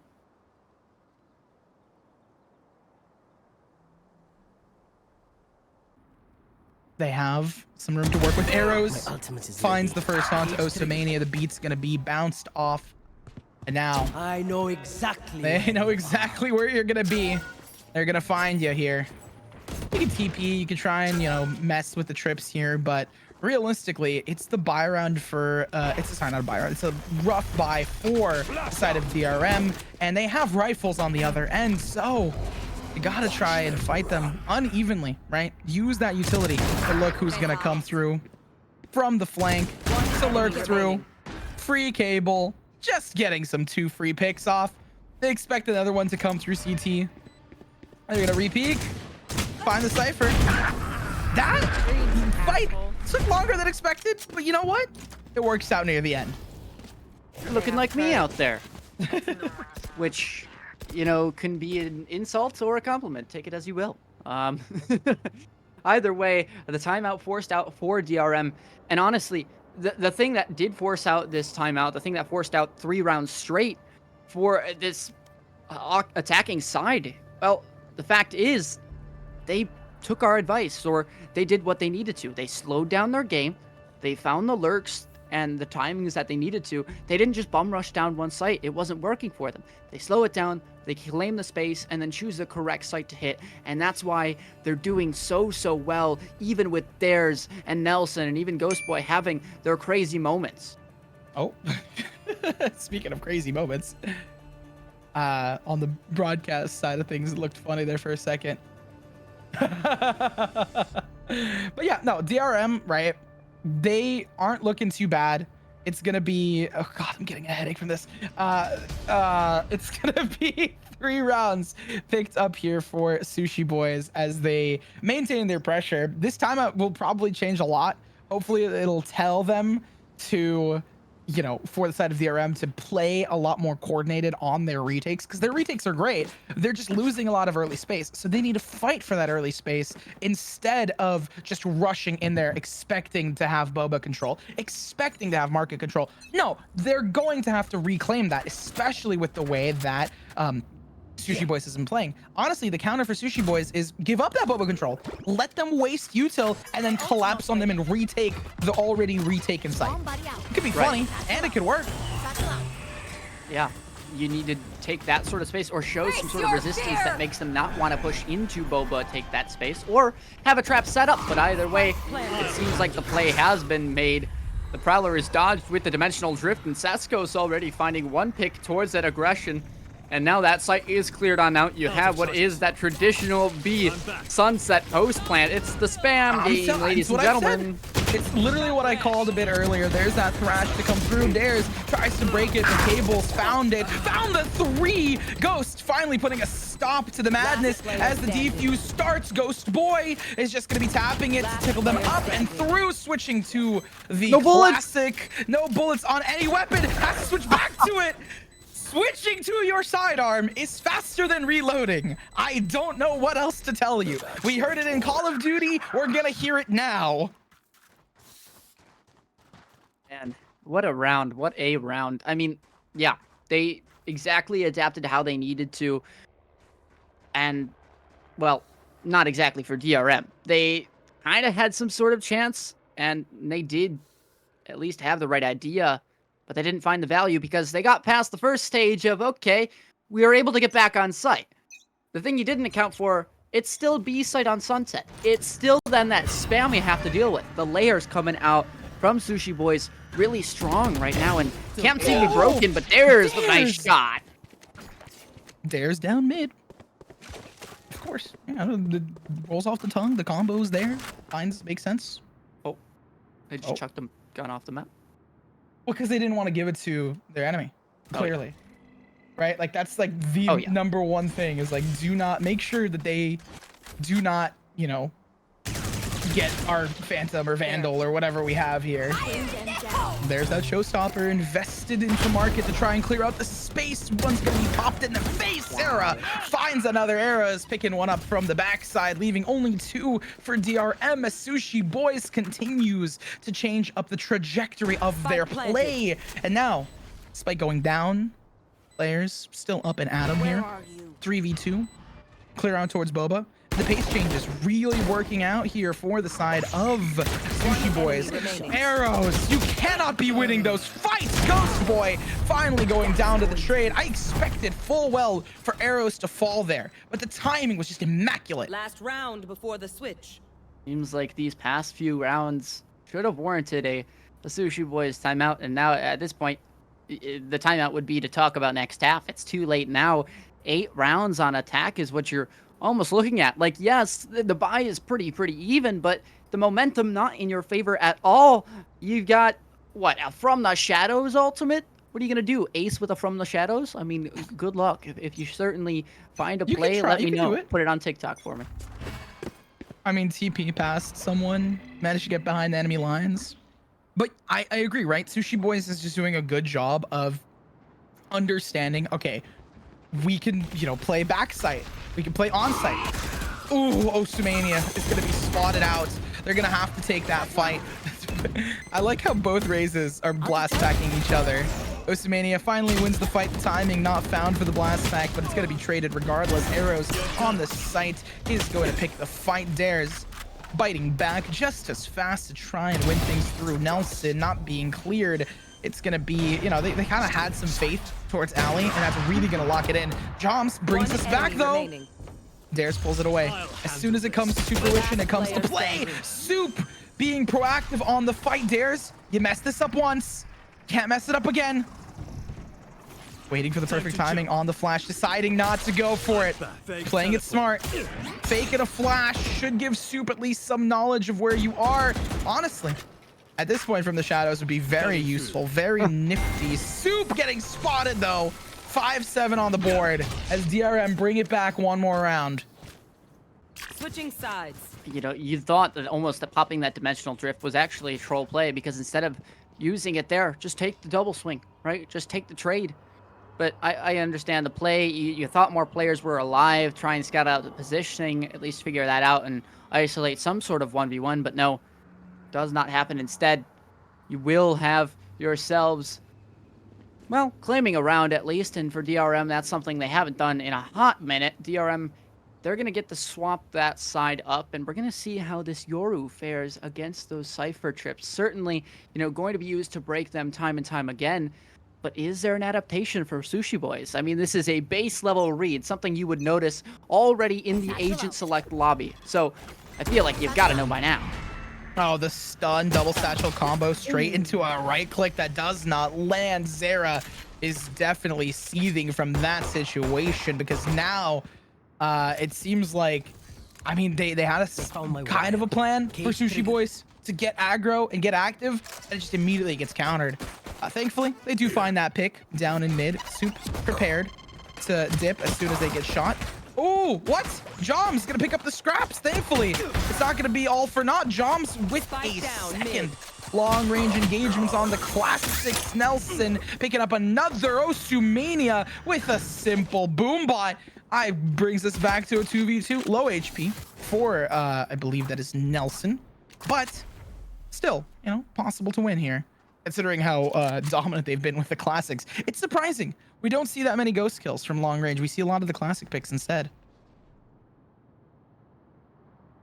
This one, it's a nail biter, right? You're trying to find any sort of advantage, but nobody has any info.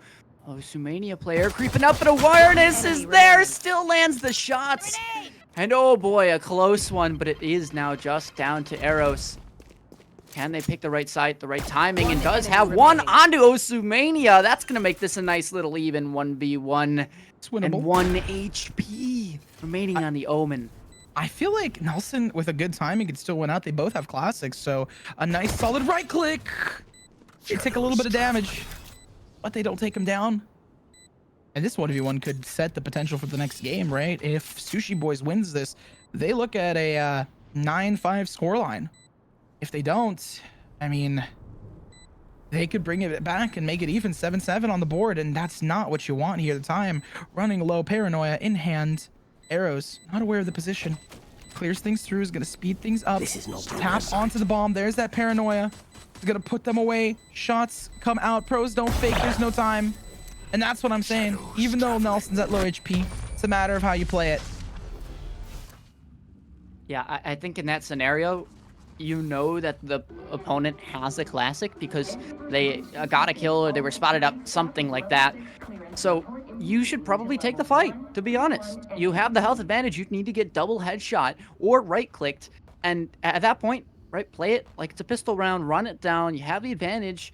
There's only so much they can do in that scenario other than, well, full blinding you, as we did end up seeing. But still, I mean, DRM clawing their way back from the lead they once had and then finding themselves in deficit. Now, right back to just one round away from tying this game up again. It's a round that they should also probably win. The place and positioning is found, though. Arrows not giving up anything. And I mean, they knew that that was a clone. They managed to combat it regardless. Arrows repositioning with their utility. They have a crossfire set up. The crunch is there, but it's not going to be a double. Honestly, Arrows had them lined up and dead to rights. Speaking of dead, players are falling. But again, when you're facing Bulldogs and Vandals, what can you do? Not much. Zera's gonna try something here just to, apply pressure to these players. Maybe pick up a weapon. No, doesn't work out. But look at how much damage they did. They do carry over the Phantom and the Vandal, but they don't carry over Bulldogs. Yeah, you get 2 rifles, but you lose 5 shields and an additional Bulldog or something on the floor. Yeah, I mean, even game. And it looks like DRM didn't need a timeout after all. Maybe that side swap just helped them out a little bit. Maybe it was their weaker side at the first time. They got lucky towards the beginning. Either way, you've got to be happy with this turnaround. If you're DRM, you're keeping your hopes alive in this series. Because remember, this is must win for them. If they lose this, they are officially out of that final stage contention. You don't want to be out of it. You got to stay in it. 7-7. Both teams having pretty solid buys. I mean, it is Sheriffs and Stingers, but still they have 4. 1 for 1 gets traded, but Thrash had to be invested there. Numbers back to even. Thrash being picked up as Wingman gets the plant and being recharged as it comes to fruition there. On the other end of it, spam though from Free Cable to lock it in. And honestly, the more I scream Free Cable, the more I get the meme. And I thought I got the meme, and then now I understood the meme. Like, it took me too long to understand it. He's talking about, at first I was like, oh yeah, okay, like Bull, I guess, is a player. And then I was like, no, like Cable, like, anyway. The thing. Yeah. Like, you know, I just don't, who watches Cable anymore? I'm all here for esports, man. Free YouTube TV. Free Twitch Prime. Free. If you have a Twitch Prime, you know, sub to Nexus, you don't have to see ads. True. No ads, nothing. Nothing. You get to listen to us uninterrupted. Mm-hmm. Except by the breaks, of course. We need the breaks, though. Just like these guys need a little bit of a break.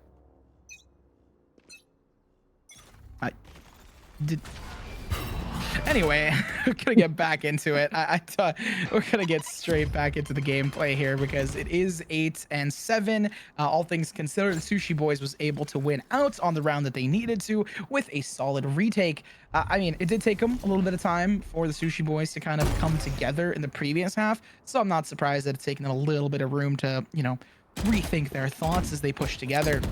Osumania gonna invest some util Zera though, picking up the first to start things off for Sushi Boys, as it is a slight rough buy for them. They have some sheriffs on the board. It's not gonna be a full buy. Soup taking advantage of that. Dare's gonna fall, and I think it's locked in for Sushi Boys. They have two really good ultimates for this retake. Yeah, I don't see a world where they find themselves on the back foot. I mean, unless they make a big blunder and give away their ones, which it seemed like was possible. Osumania had an angle, had a timing, but no shot landed. Just a big fat donut in terms of results there, but still a chance. 30 seconds 30 and a free seconds sight left. awaiting Nelson and Ghost Boy, as they can at least get this plant down here, at least get themselves some quick old money and play from B main, which honestly is the best chance they have right now. I mean, in numbers disadvantage, this is the best scenario you can really have. Yeah, they broke the wire as well. Spike planted. Information has been gained. Soup's been found. There's that rolling thunder to immediately recap the site. Nelson plays off of it. Away. They expect some players stunned, but they're up and at him.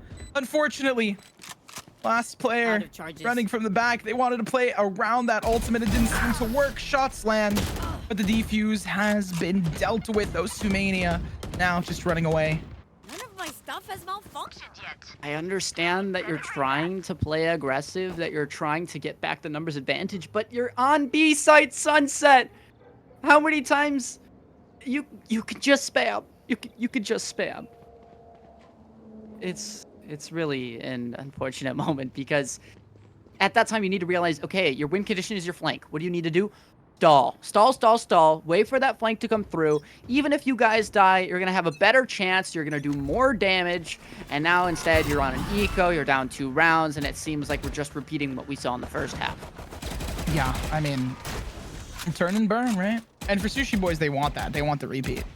They got, I mean, even if it is going to go down to the wire, 7-5 was the ending scoreline, and they still managed to get up on top.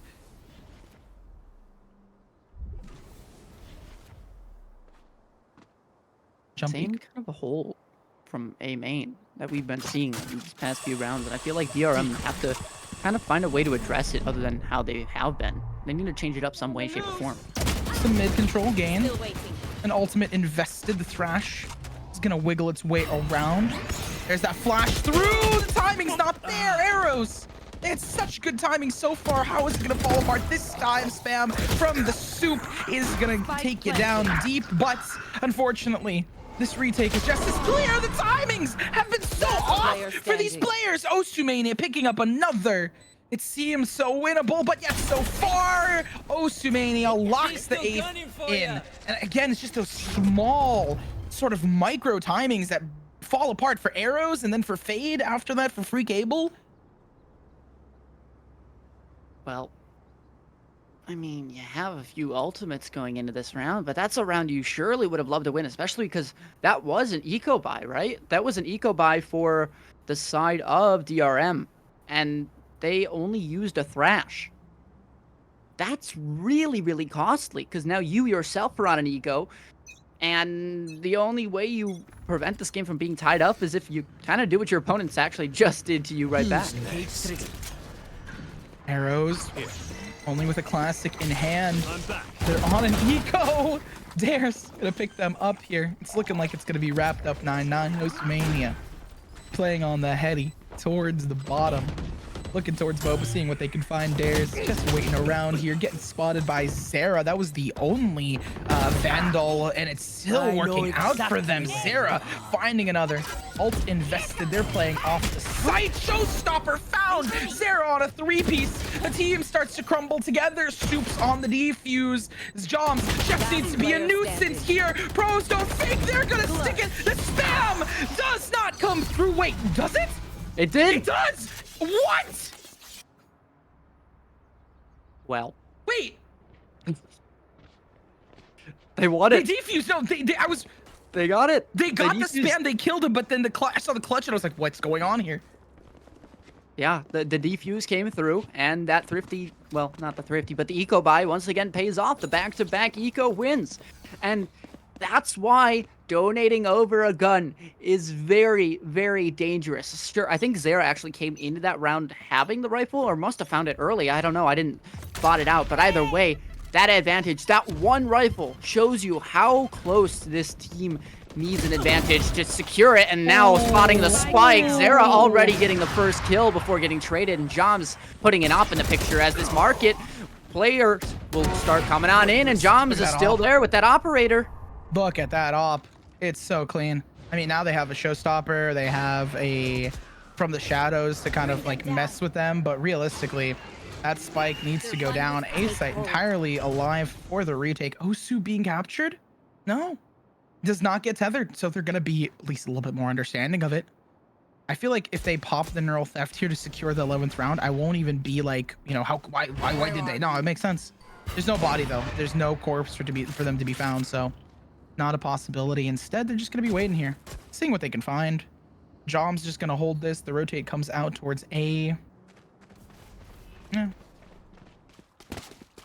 You have no info. At this point, you're kind of having to play retake. You hold up your cam on A, I think, and you just anchor down this B site, hope that they go B. 30 seconds left. As much as possible.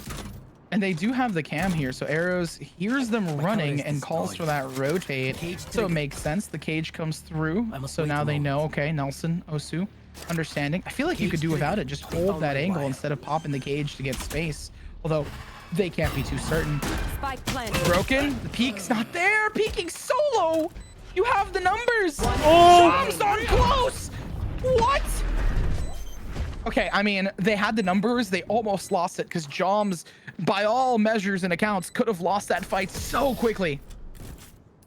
I think the big error was just, I think that was just an error on the side of whoever went down to that Fade Eye being broken. I forget who it was, but I think they just figured out that, or they assumed it was in towards default, and it just wasn't. The shot did not come out from default. It came from elbow, and they tunnel vision. They thought both players were there, one planting, one breaking the orb, and they fall down to that player in elbow. That's the reason why it was so close, but it should have still went the way of that Sushi Boys, and it does. So, honestly, yeah, you can't complain. You're even in the alt game. You're about even in economy, and you're forcing out yet another timeout from DRM.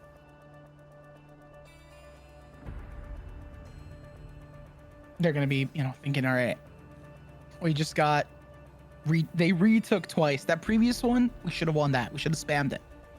But now the biggest question in the minds of the DRM players is, what do we do with our ultimates? What are they going to do with their ultimates? How are they going to play this? And how are they going to counter us? Because if you remember, the previous ultimate worked so well for Sushi Boys as they changed the pacing and they managed to work it in their favor by immediately not doing the same thing. So I have a feeling that they've been winning a lot by default. They're going to probably try and push out and get aggressive and just dominate them by stalling them. Maybe trying to change it up in that direction. I don't know exactly how it's going to work. But considering that they're going out towards mid, they might try and get some early picks, find out if they go A or B, and then stall them, and then wrap around for a really fast rotate or retake, right? Fast fast. Mid-control gained here by Zera. Zera has a timing onto the players and will land the first shot. That is big for them. Darius can't quite land the initial bullets. The op shot won't land either.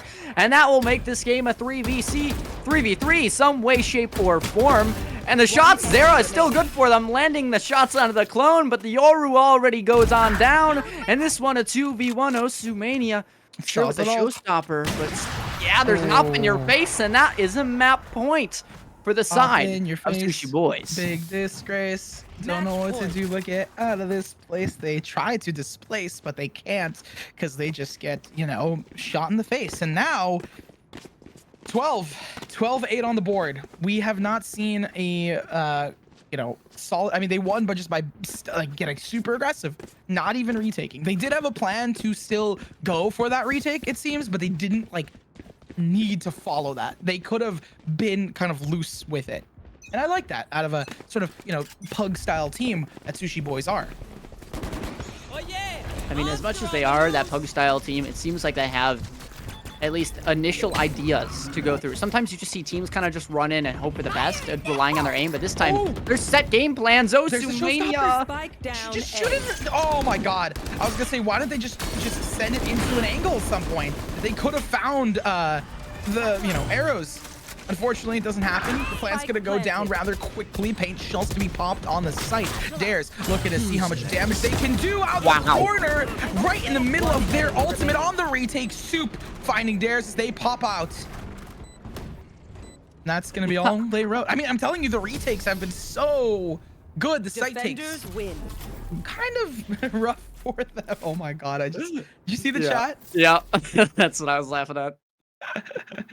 Someone just plugged their socials. Hey, you know what? I respect it. Well, so for those of you that may or may not know, when you're playing ranked and there's typically a lot of streamers in your game, they will typically post their link at the end of the game. Well, instead, one of the players posted twitch.tv/NexusVal, meaning the team you're watching, the stream you're watching right now. So, I mean, props to you guys. You listened, you followed the link.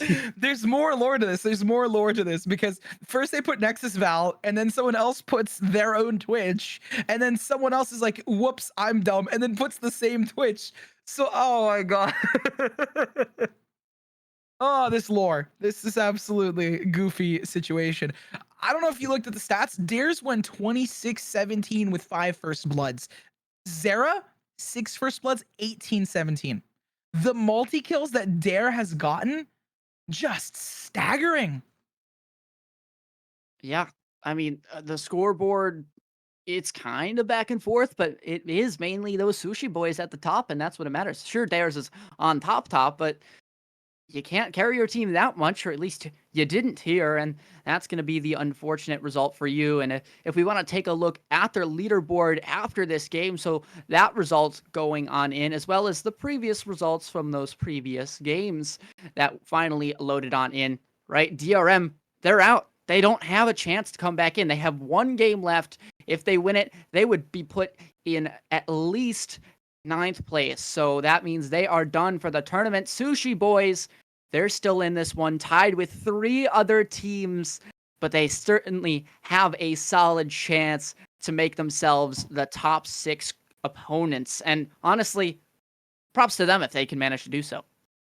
Honestly, yeah. I mean, they got to keep that round differential up. We still have one more game on the day, and I believe that Sushi Boys has 2 more to play, 15, if I'm not mistaken. So they have 2 more chances. Luminous Sapphire locked in with their 15. Eternal Focus Crimson already has theirs.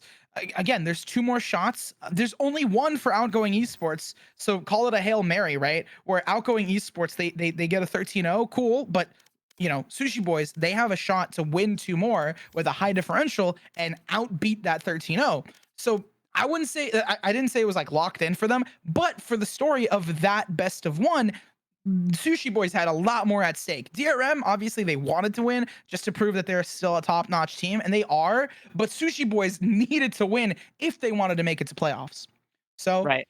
I mean, that's the story set. We close that chapter and open anew. It's going to be Tofik versus Envy when we come back from this break. You know, we'll kind of see, right? Is Tofik going to drop down under 6, or are they going to rise back up in the rankings? So after short break, we'll see that story open its chapters and its books. Cheers.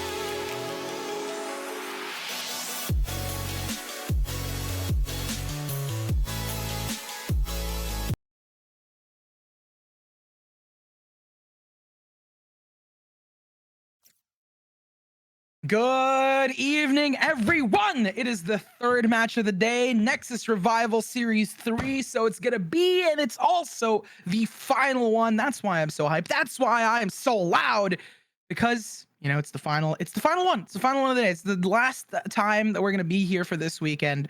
But you know what? We know what's happening next weekend, Ari.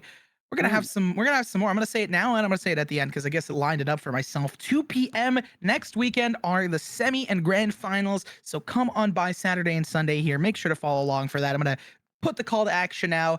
Let's get into it. Yeah, Envy Sapphire, their hopes set showing up next weekend, they're out the window. Unfortunate, but what can they do? They can certainly take down this team right in front of them, Team Tofik, and try and play that spoiler role, play to make them go cry and feel sad about themselves as well. So, fun game on the line, some high tension, both already happening in the lobby and now will be happening on the field, on the map too. I guess on the ground, on the gun field, battlefield. That's the right word. Battlefield 1, 2, 3, said it a couple times, but we're here to see. And now, I mean, I'm excited. I want to get into the map picks because it's the final match, right? This, like, we kind of have the story already lined up. Tofik, they're fighting for, you know, to stay in that number 5, maybe number 4 spot. On the flip side, you know, the enemy team, right? Envy Sapphire, unfortunately they're 9th and they're at 14. This is their final game. So I don't think they're going to be making too much of a run into the playoffs. But they could shake things up and prove that they're a really solid team and roster here, maybe knocking Tofik down a peg. But again, they also have 13. So it's like each time I say something, there's another but here, Ari. There's another contingency. But I'm going to say it yet again. Another but to throw into the mix. We are going to go into the map picks, and now we'll see what we're going to get to play. Right. So, you know, with Envy Sapphire having nothing to lose and playing a sort of spoiler game, maybe we see something we don't typically expect. I'm not saying that we necessarily will, but they are the underdogs, so maybe they try and throw a wild card in. Maybe that's not like Lotus. Maybe they do play the standard even map like Ascent, or whether they go to the unpredictable, which is Abyss. I feel like unpredictable, you know, could be a possibility. My biggest concern if they do go for something unpredictable would have to be the fact that, you know, teams they're truly just gonna go for shooting, right? Like they're just shooting people. It's gonna be all about the aim. The strategy will be rather rough. And with Haven and Ascent banned out, I honestly won't be surprised if we see Abyss or Sunset. Like it just makes sense at this point. I think Icebox, not Abyss, sorry, not Sunset. Icebox probably be in hot contention for the map pick. Some people, you know, really enjoy it. Just retake simulator on the A, slam towards B, all that fun jazz. Well, you know, we see bind here, so which makes me think we're gonna get sunset bind or sunset banned.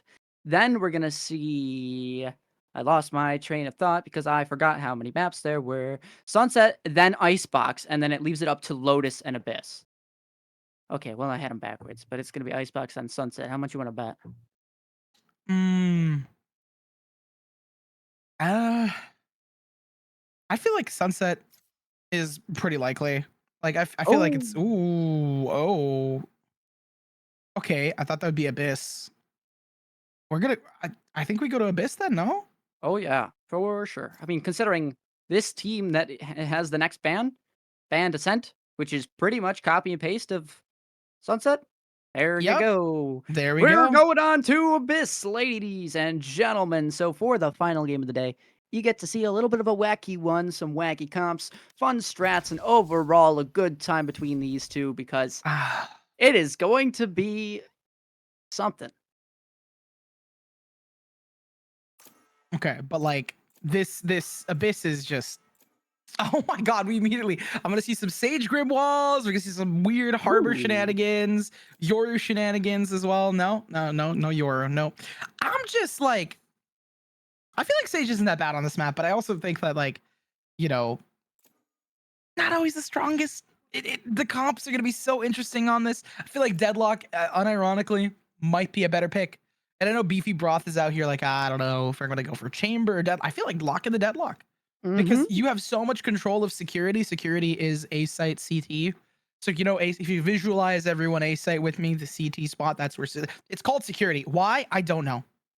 I don't know why it's not just CT, but because it watches over the ledge into the abyss. I guess. And then you have That's all Secret that. and Danger, which are the two weird ledges. Random knowledge from playing 10 mans on this map, just that. Plus, I looked up the map multiple times. Didn't we see an abyss yesterday or? I believe we did, yeah. Yeah, we did see an abyss yesterday, and we are going to see it today. But I do want to touch on this attacker side comp real quick. If you are playing that Sage, you must have a Cypher. And honestly, like I think those two pair really well together. The Harbor, like I mentioned yesterday, also is really nice for taking that mid space, using those cascades to push them on up, take the infinite amount of space you want, as well as site executes with the High Tide.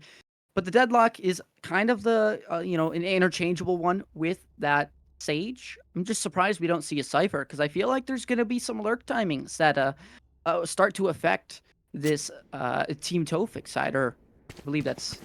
Oh yeah, Team Tofik.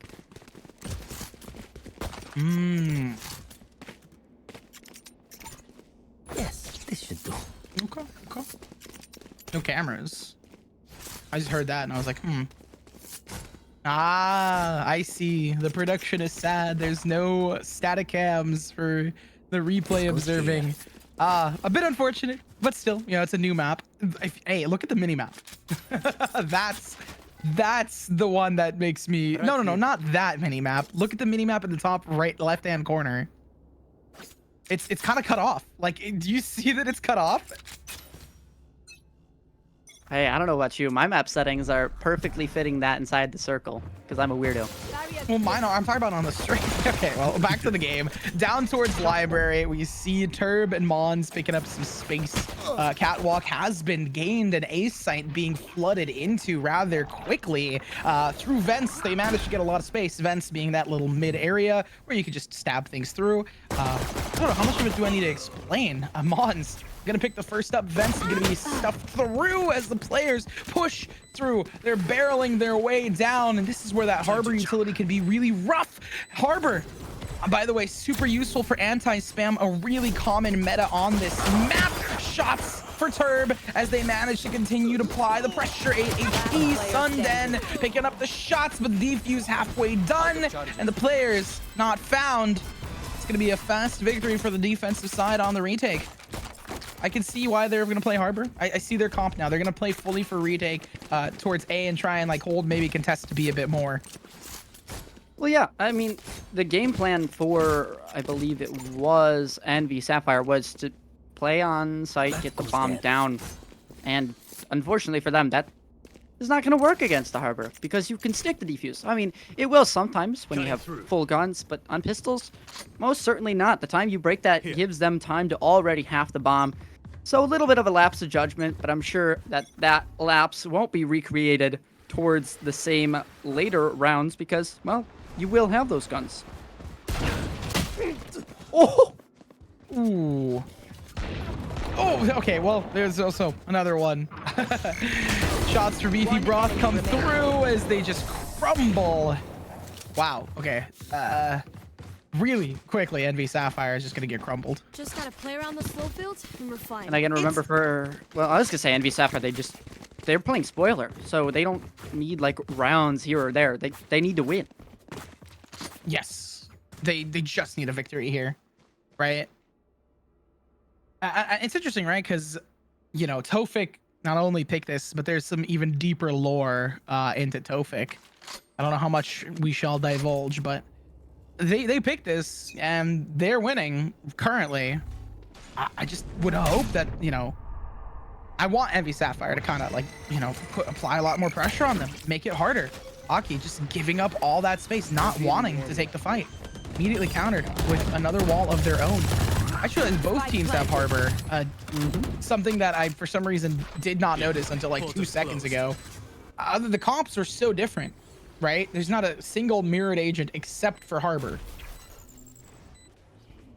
you're holding this angle. I mean, that's I a think little they strange. I think they either no, they already used their wall, so they Yeah. can't wall up. There's the harbor utility invested. They spam through, but it's just not Mistake. working. Pros don't fake, right? It's the retake wall. I hate Worm finding 2 more. Sunden getting the picks that they need. They do find the kills, but they don't find the victory because they just kept that, like, they aren't prioritizing that bomb. And unfortunately, this means you have to play on site, and their strategy to, you know, play post plant, you know, back site, unless they kill harbor, they have to play on site. Yeah, I mean, that doesn't come down to the fact that it's Abyss. That comes down to the fact that you're not recognizing the strengths and weaknesses of certain characters in the game. Like, Hold your head. that's pure fundamentals, and I don't even mean, oh, rotations. No, this is what makes this character unique. Play around that, and you'll win. Everyone's different for a reason in this game. Oh, And Mons is creeping up here. Could be caught by a timing. Honestly, both players could be caught by a timing. Mons is just gonna, Mons is gonna get it. No, Tia gotta take them. They find Mons down, and I mean, it is a buy round for both teams, but they need to get these numbers if they want to continue. Tia just Last chilling player around space, standing. up from vents. They Spike pop down down to mid. Cat and find ya. I mean, Beefy Broth has the read onto Tia, at least onto some players sneaking through here. Tia managing to work their way back into, you know, CT side. Yeah, Beefy Broth kind of knew already the positioning of these players, so they were pretty comfortable taking that fight.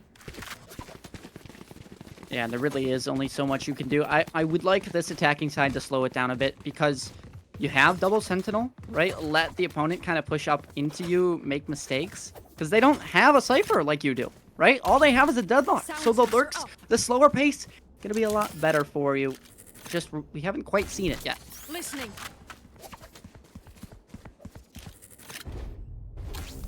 Listening.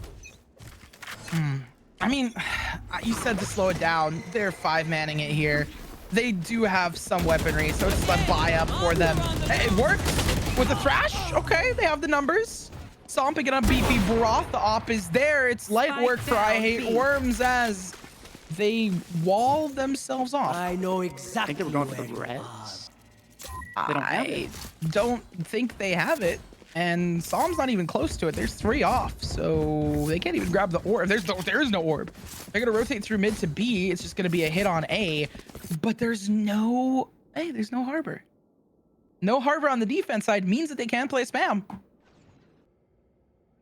Maybe it'll work this time, right? Surely. Take flight. Spike Maybe. planted. Security is gonna be cleared through. That CT spotted, and now Psalm falling back into it. From secret to security, Aki just taking that space back into their hands as they want to maintain as much control as possible there. All 3 Ball no. comes through.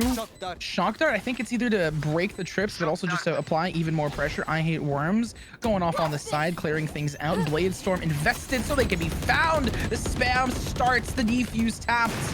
They don't have much to work with. Aki tries to stick it. Mons is there to bring it back, but look at this crunch. It comes through. Time. They find the picks, but there's literally no time. Oh my god. Nothing. They could have, I mean, you could argue that maybe there was a timing to get it, but they kind of bumped each other. But even then, I feel like it was down to the wire. I think one of those taps needed to be a stick. One of them. Not the first one. Maybe the second one would have been their chance. But, I mean, Envy Sapphire, right? They finally get that round off of playing the A main spam.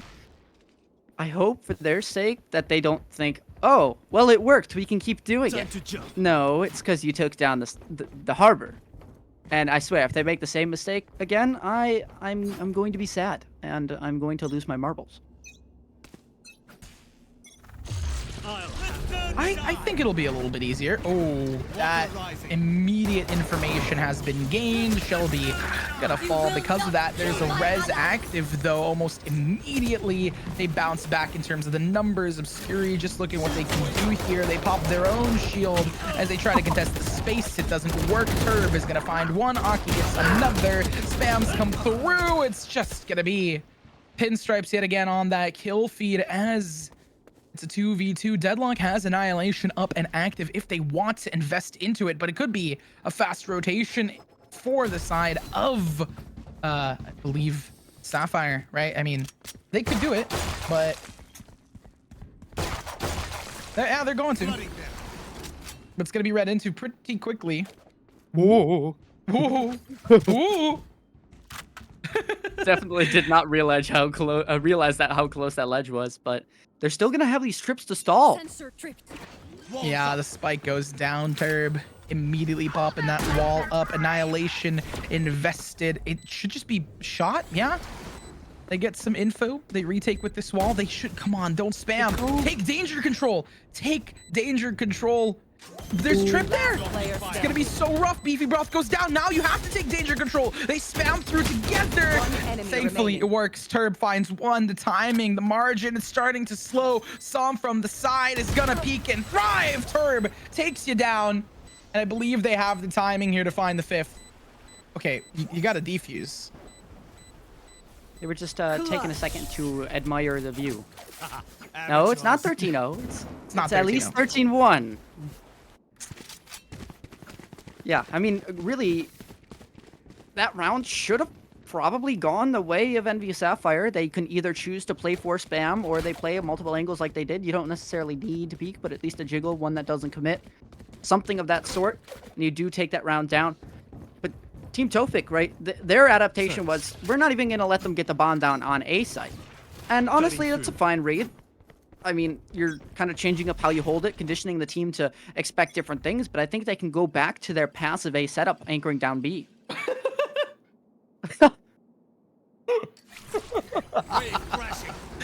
Scanning the bottom of the mist. Is obscure, kind of just like, huh, what is this? But the fact that it's through Sage's legs, I think that's what sent me, that got me the most. Was it the fact that it was through Sage's legs? Oh, Tia, about to get spotted by Turb. The Battle of the T's. Great use of information. Turb now knows the information. Yeah. Tia is there. Right? But it's vice versa. It goes back and forth. I think the main concern here would be that need to, okay, play it off somehow. I hate Worm picking Tia off, so that's gonna be huge. There's a timing there. Obscure. He misses the shots. They evade him. You're not even playing against an ISO. Sunden sending the Dizzy out to try and take the fight onto Worms, but you gotta remember the Outlaw has 2 bullets, not just 1. Paranoia comes through. I hate Worm. 30 seconds left. Not taking the fight. Not wanting to go for it. Shelby Lynn on the side. Saw him picking up 1 onto Worm. It's going to be huge as they get that plant. And considering that the defense does have not only an ultimate, but they still have Harbor up, they do need to play this a bit faster. Last player The standing. Cove has been invested, so they can go for the spam. Unfortunately, they play on site, and that's going to be the 6th round found. It just feels like Team Tofik are just letting them make mistakes, letting Envy Sapphire just have fun, walk up, and they know, Team Tofik knows they're just gonna win these fights because they have the advantage, whether it's, you know, the high ground in one scenario, the Outlaw against no shields in the other. It's really just Team Tofik playing very, very simple Valorant, and they're being rewarded for it.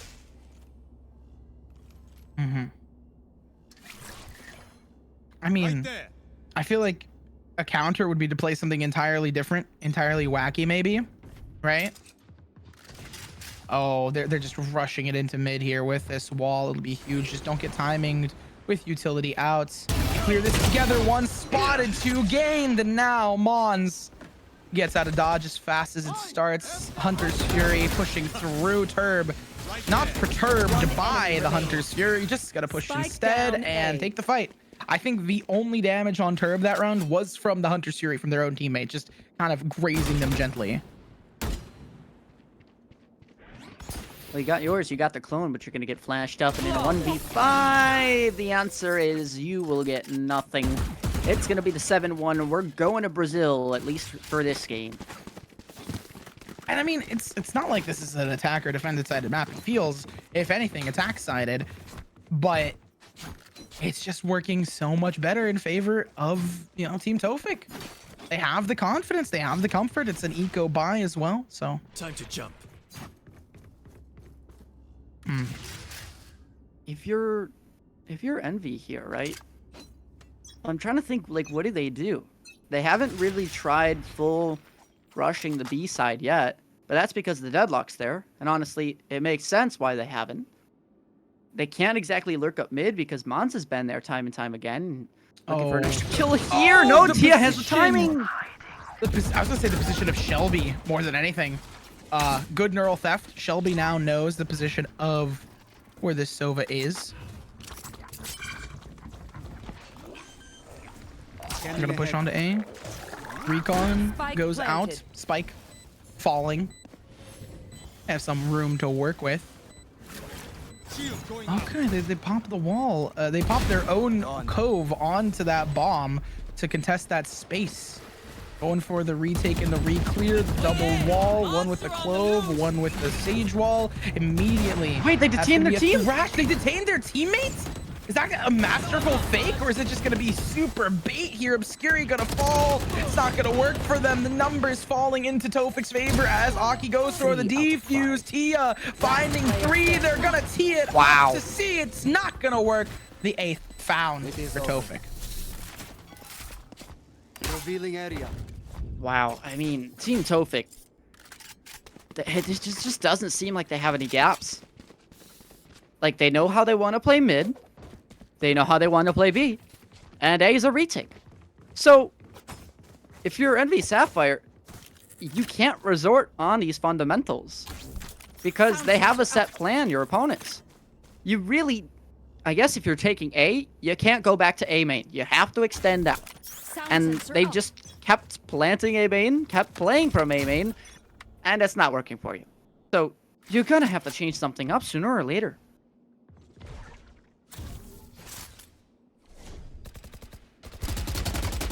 Ooh, spray down. Coming out here, but doesn't work.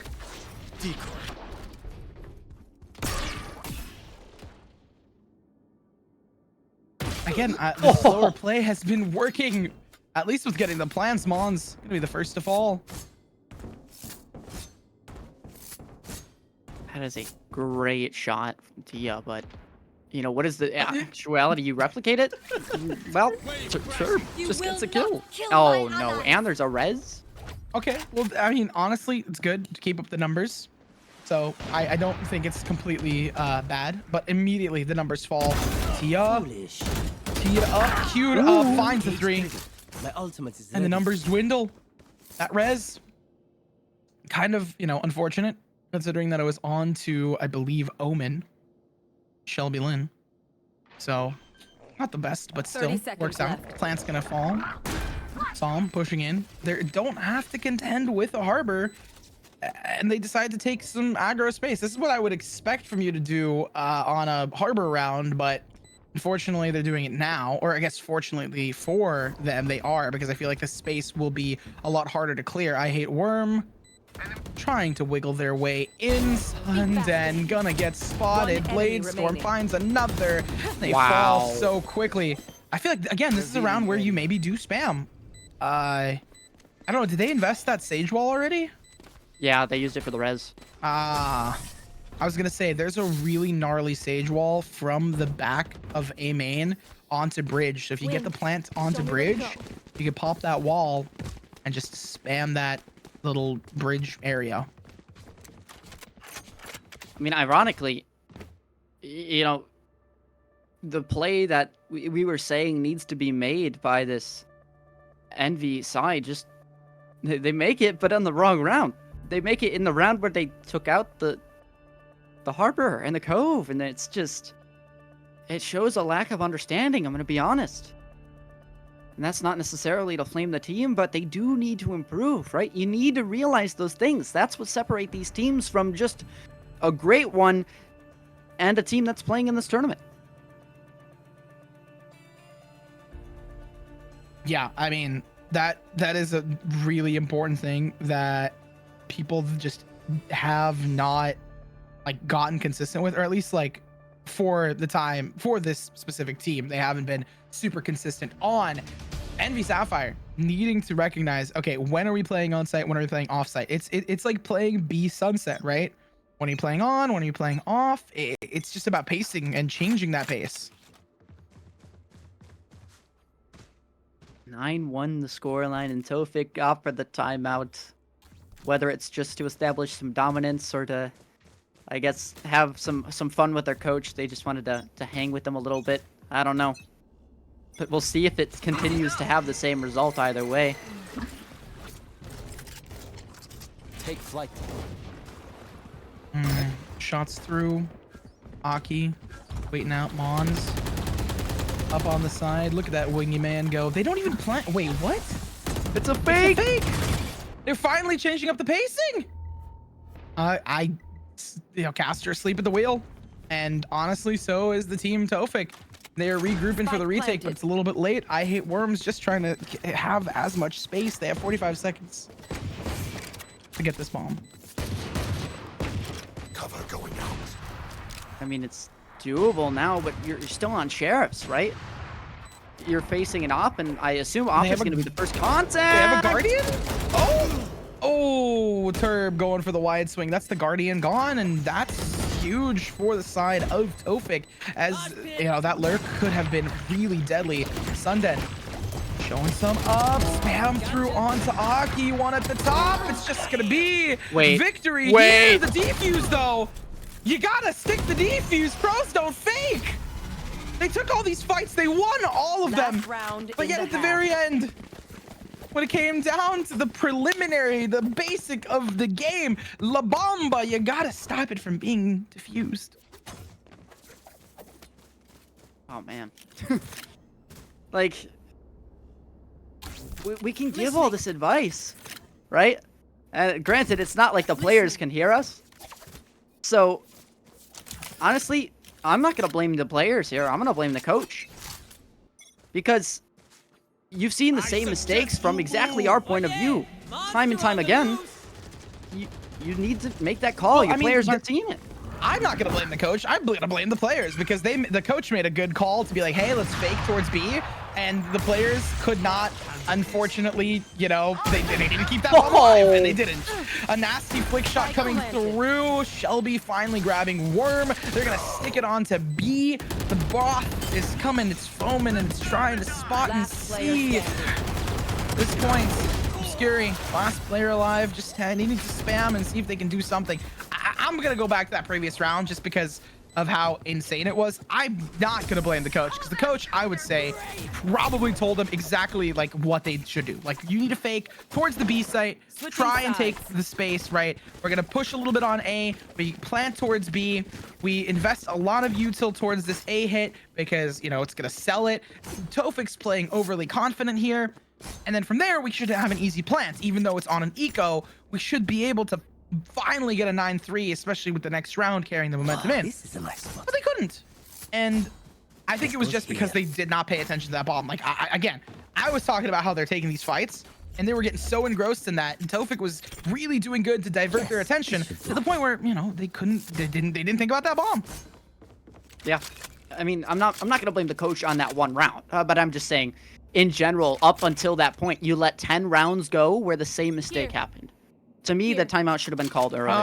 And they still haven't called the timeout. That was actually their opponents that called the timeout. So that's why I'm blaming the coach. Because, like, have you just given up hope? Or are you just trying to get this game over with? I mean, either way. See that? Trades come through here. I mean, they have the 11th round. The bomb gets planted. Retake is going to be reconstructed as they try to recuperate something. Tia is looking a little lost. They go for the peek and they lose the fight. I Hate Worm gonna grab onto Tia. Obscuri trying to bring things back, but the numbers aren't there. Som along with the Gecko, Som and Sunden peeking together. Remember, there's a window. There's a window. You died last. There's a window. I thought they were gonna high-low that window. Match point. That would have been smart. High-low the window to clear and then immediately swing off. Like, you high-low the window and then you immediately, if no one's there, or like, you know, instead of high-low, the window gets cleared and then, you know, the person playing under, because they're going to be harder to see, they look into main. I mean, we saw DRM versus Envy last time, like yesterday. And this is a completely different team. Like, Envy, they must be falling asleep or something. I don't know. This just does not look like them. They're not finding the value that they desperately need. Oh, and they're aware.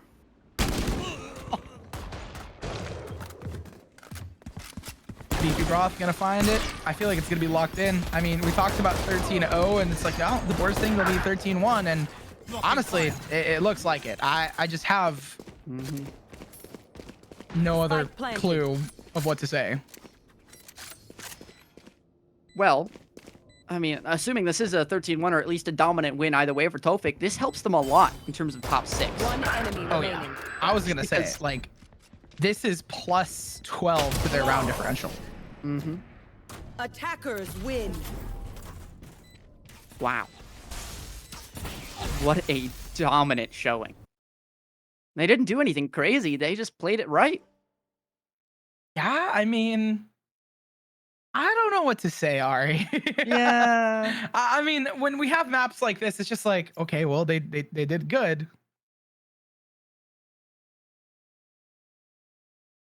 It's unfortunate. It really is. Like, there's only so much you can do. But also, I think that one is just back to the drawing board, right? I think you just kind of take that game, chalk it up as a loss, and hopefully you don't think about this one too much more, right? You can review it, but, like, It's a don't new- let it affect your mental. It's a new map. Like, Right. it's a new map. It's a weird thing to play on. I agree with you wholeheartedly. So just to give Envy Sapphire some sort of hype as they either rewatch this or as they trickle into the chat to kind of check out the ending portions of the game. I mean, with that, like looking at the stats here, Tofik. Oh, I was about to say it. Something goes up, something goes down. I'm like, Tofik is not. Yeah, Tofik is doing pretty good. 48 in terms of round differential. I believe that's updated. They still have one more game to play, if that is correct, and. We're getting a yes from production. So yeah, they still have one more game to play. Eternal Focus, Crimson, Luminescence, Sapphire picking up, kind of swapping places. I think Eternal Focus went down and Luminescence, Sapphire went up by 1. So good for them as they lock their 15s in. Lucky 7 and True Synergy, they still have one more game each to play. So they're gonna fight for first place. Same thing with Sushi Boys. They have 2 more. So it's still kind of content. Like, it's like, okay, how do we know like who's gonna be playing where and like the stats and the numbers? I think we kind of know the top teams: True Synergy, Lucky 7, Eternal Focus, Luminescence, and Tofik. Sushi Boys versus Outgoing, still not locked in, but it's, I could say that one of those 2 teams, right? It's gonna be like the top 7 that we see now, most likely, and more specifically, 6 and 7 aren't locked in yet. But I think the top 5 are. I'm gonna say that with a little confidence here, considering it's a 48 round differential between Sushi Boys and Outgoing. Tofik still needs to play 1 game. They have a 27 score. Like, there's a lot going in their favor currently for Tofik. Well, yeah. I mean, I'll give you, in terms of strength of schedule, Tofik by far has the easiest one left. They're playing the 13th ranked left. So, if we chalk that one up as a win, they're pretty much made it. They have the easiest schedule left. They just kind of have to not throw on paper, right? And they should be okay. As the next team, the next team that has to come through, it's actually going to be, in my opinion, I think Mango Slices. Mango Slices, they're going to play Wonder Academy and Sushi Boys. So that is 2 of the teams that are fighting for that Ooh. last spot. The winner is most likely going to be the one in that spot. Outgoing, they've got 1 match left, but it is unfortunately against True Synergy Gaming, who are right up at the top, undefeated. So I hate to break it to you, but I'm going to chalk that one up as a loss. So if anybody is still following around on the OPL website, definitely Sushi Boys versus Mango Slices, the game to watch. Most likely the winner of that will be your 6th and final seed in the standings. I mean, I think with that, we're wrapping up here for the day in terms of the broadcast, correct? I'm thinking so. Yeah. Oh, So with that being said, I mean, don't forget, by the way, guys, this isn't over. As much as this regular qualification stage might be just about finishing up. We still, next week, have the final stage.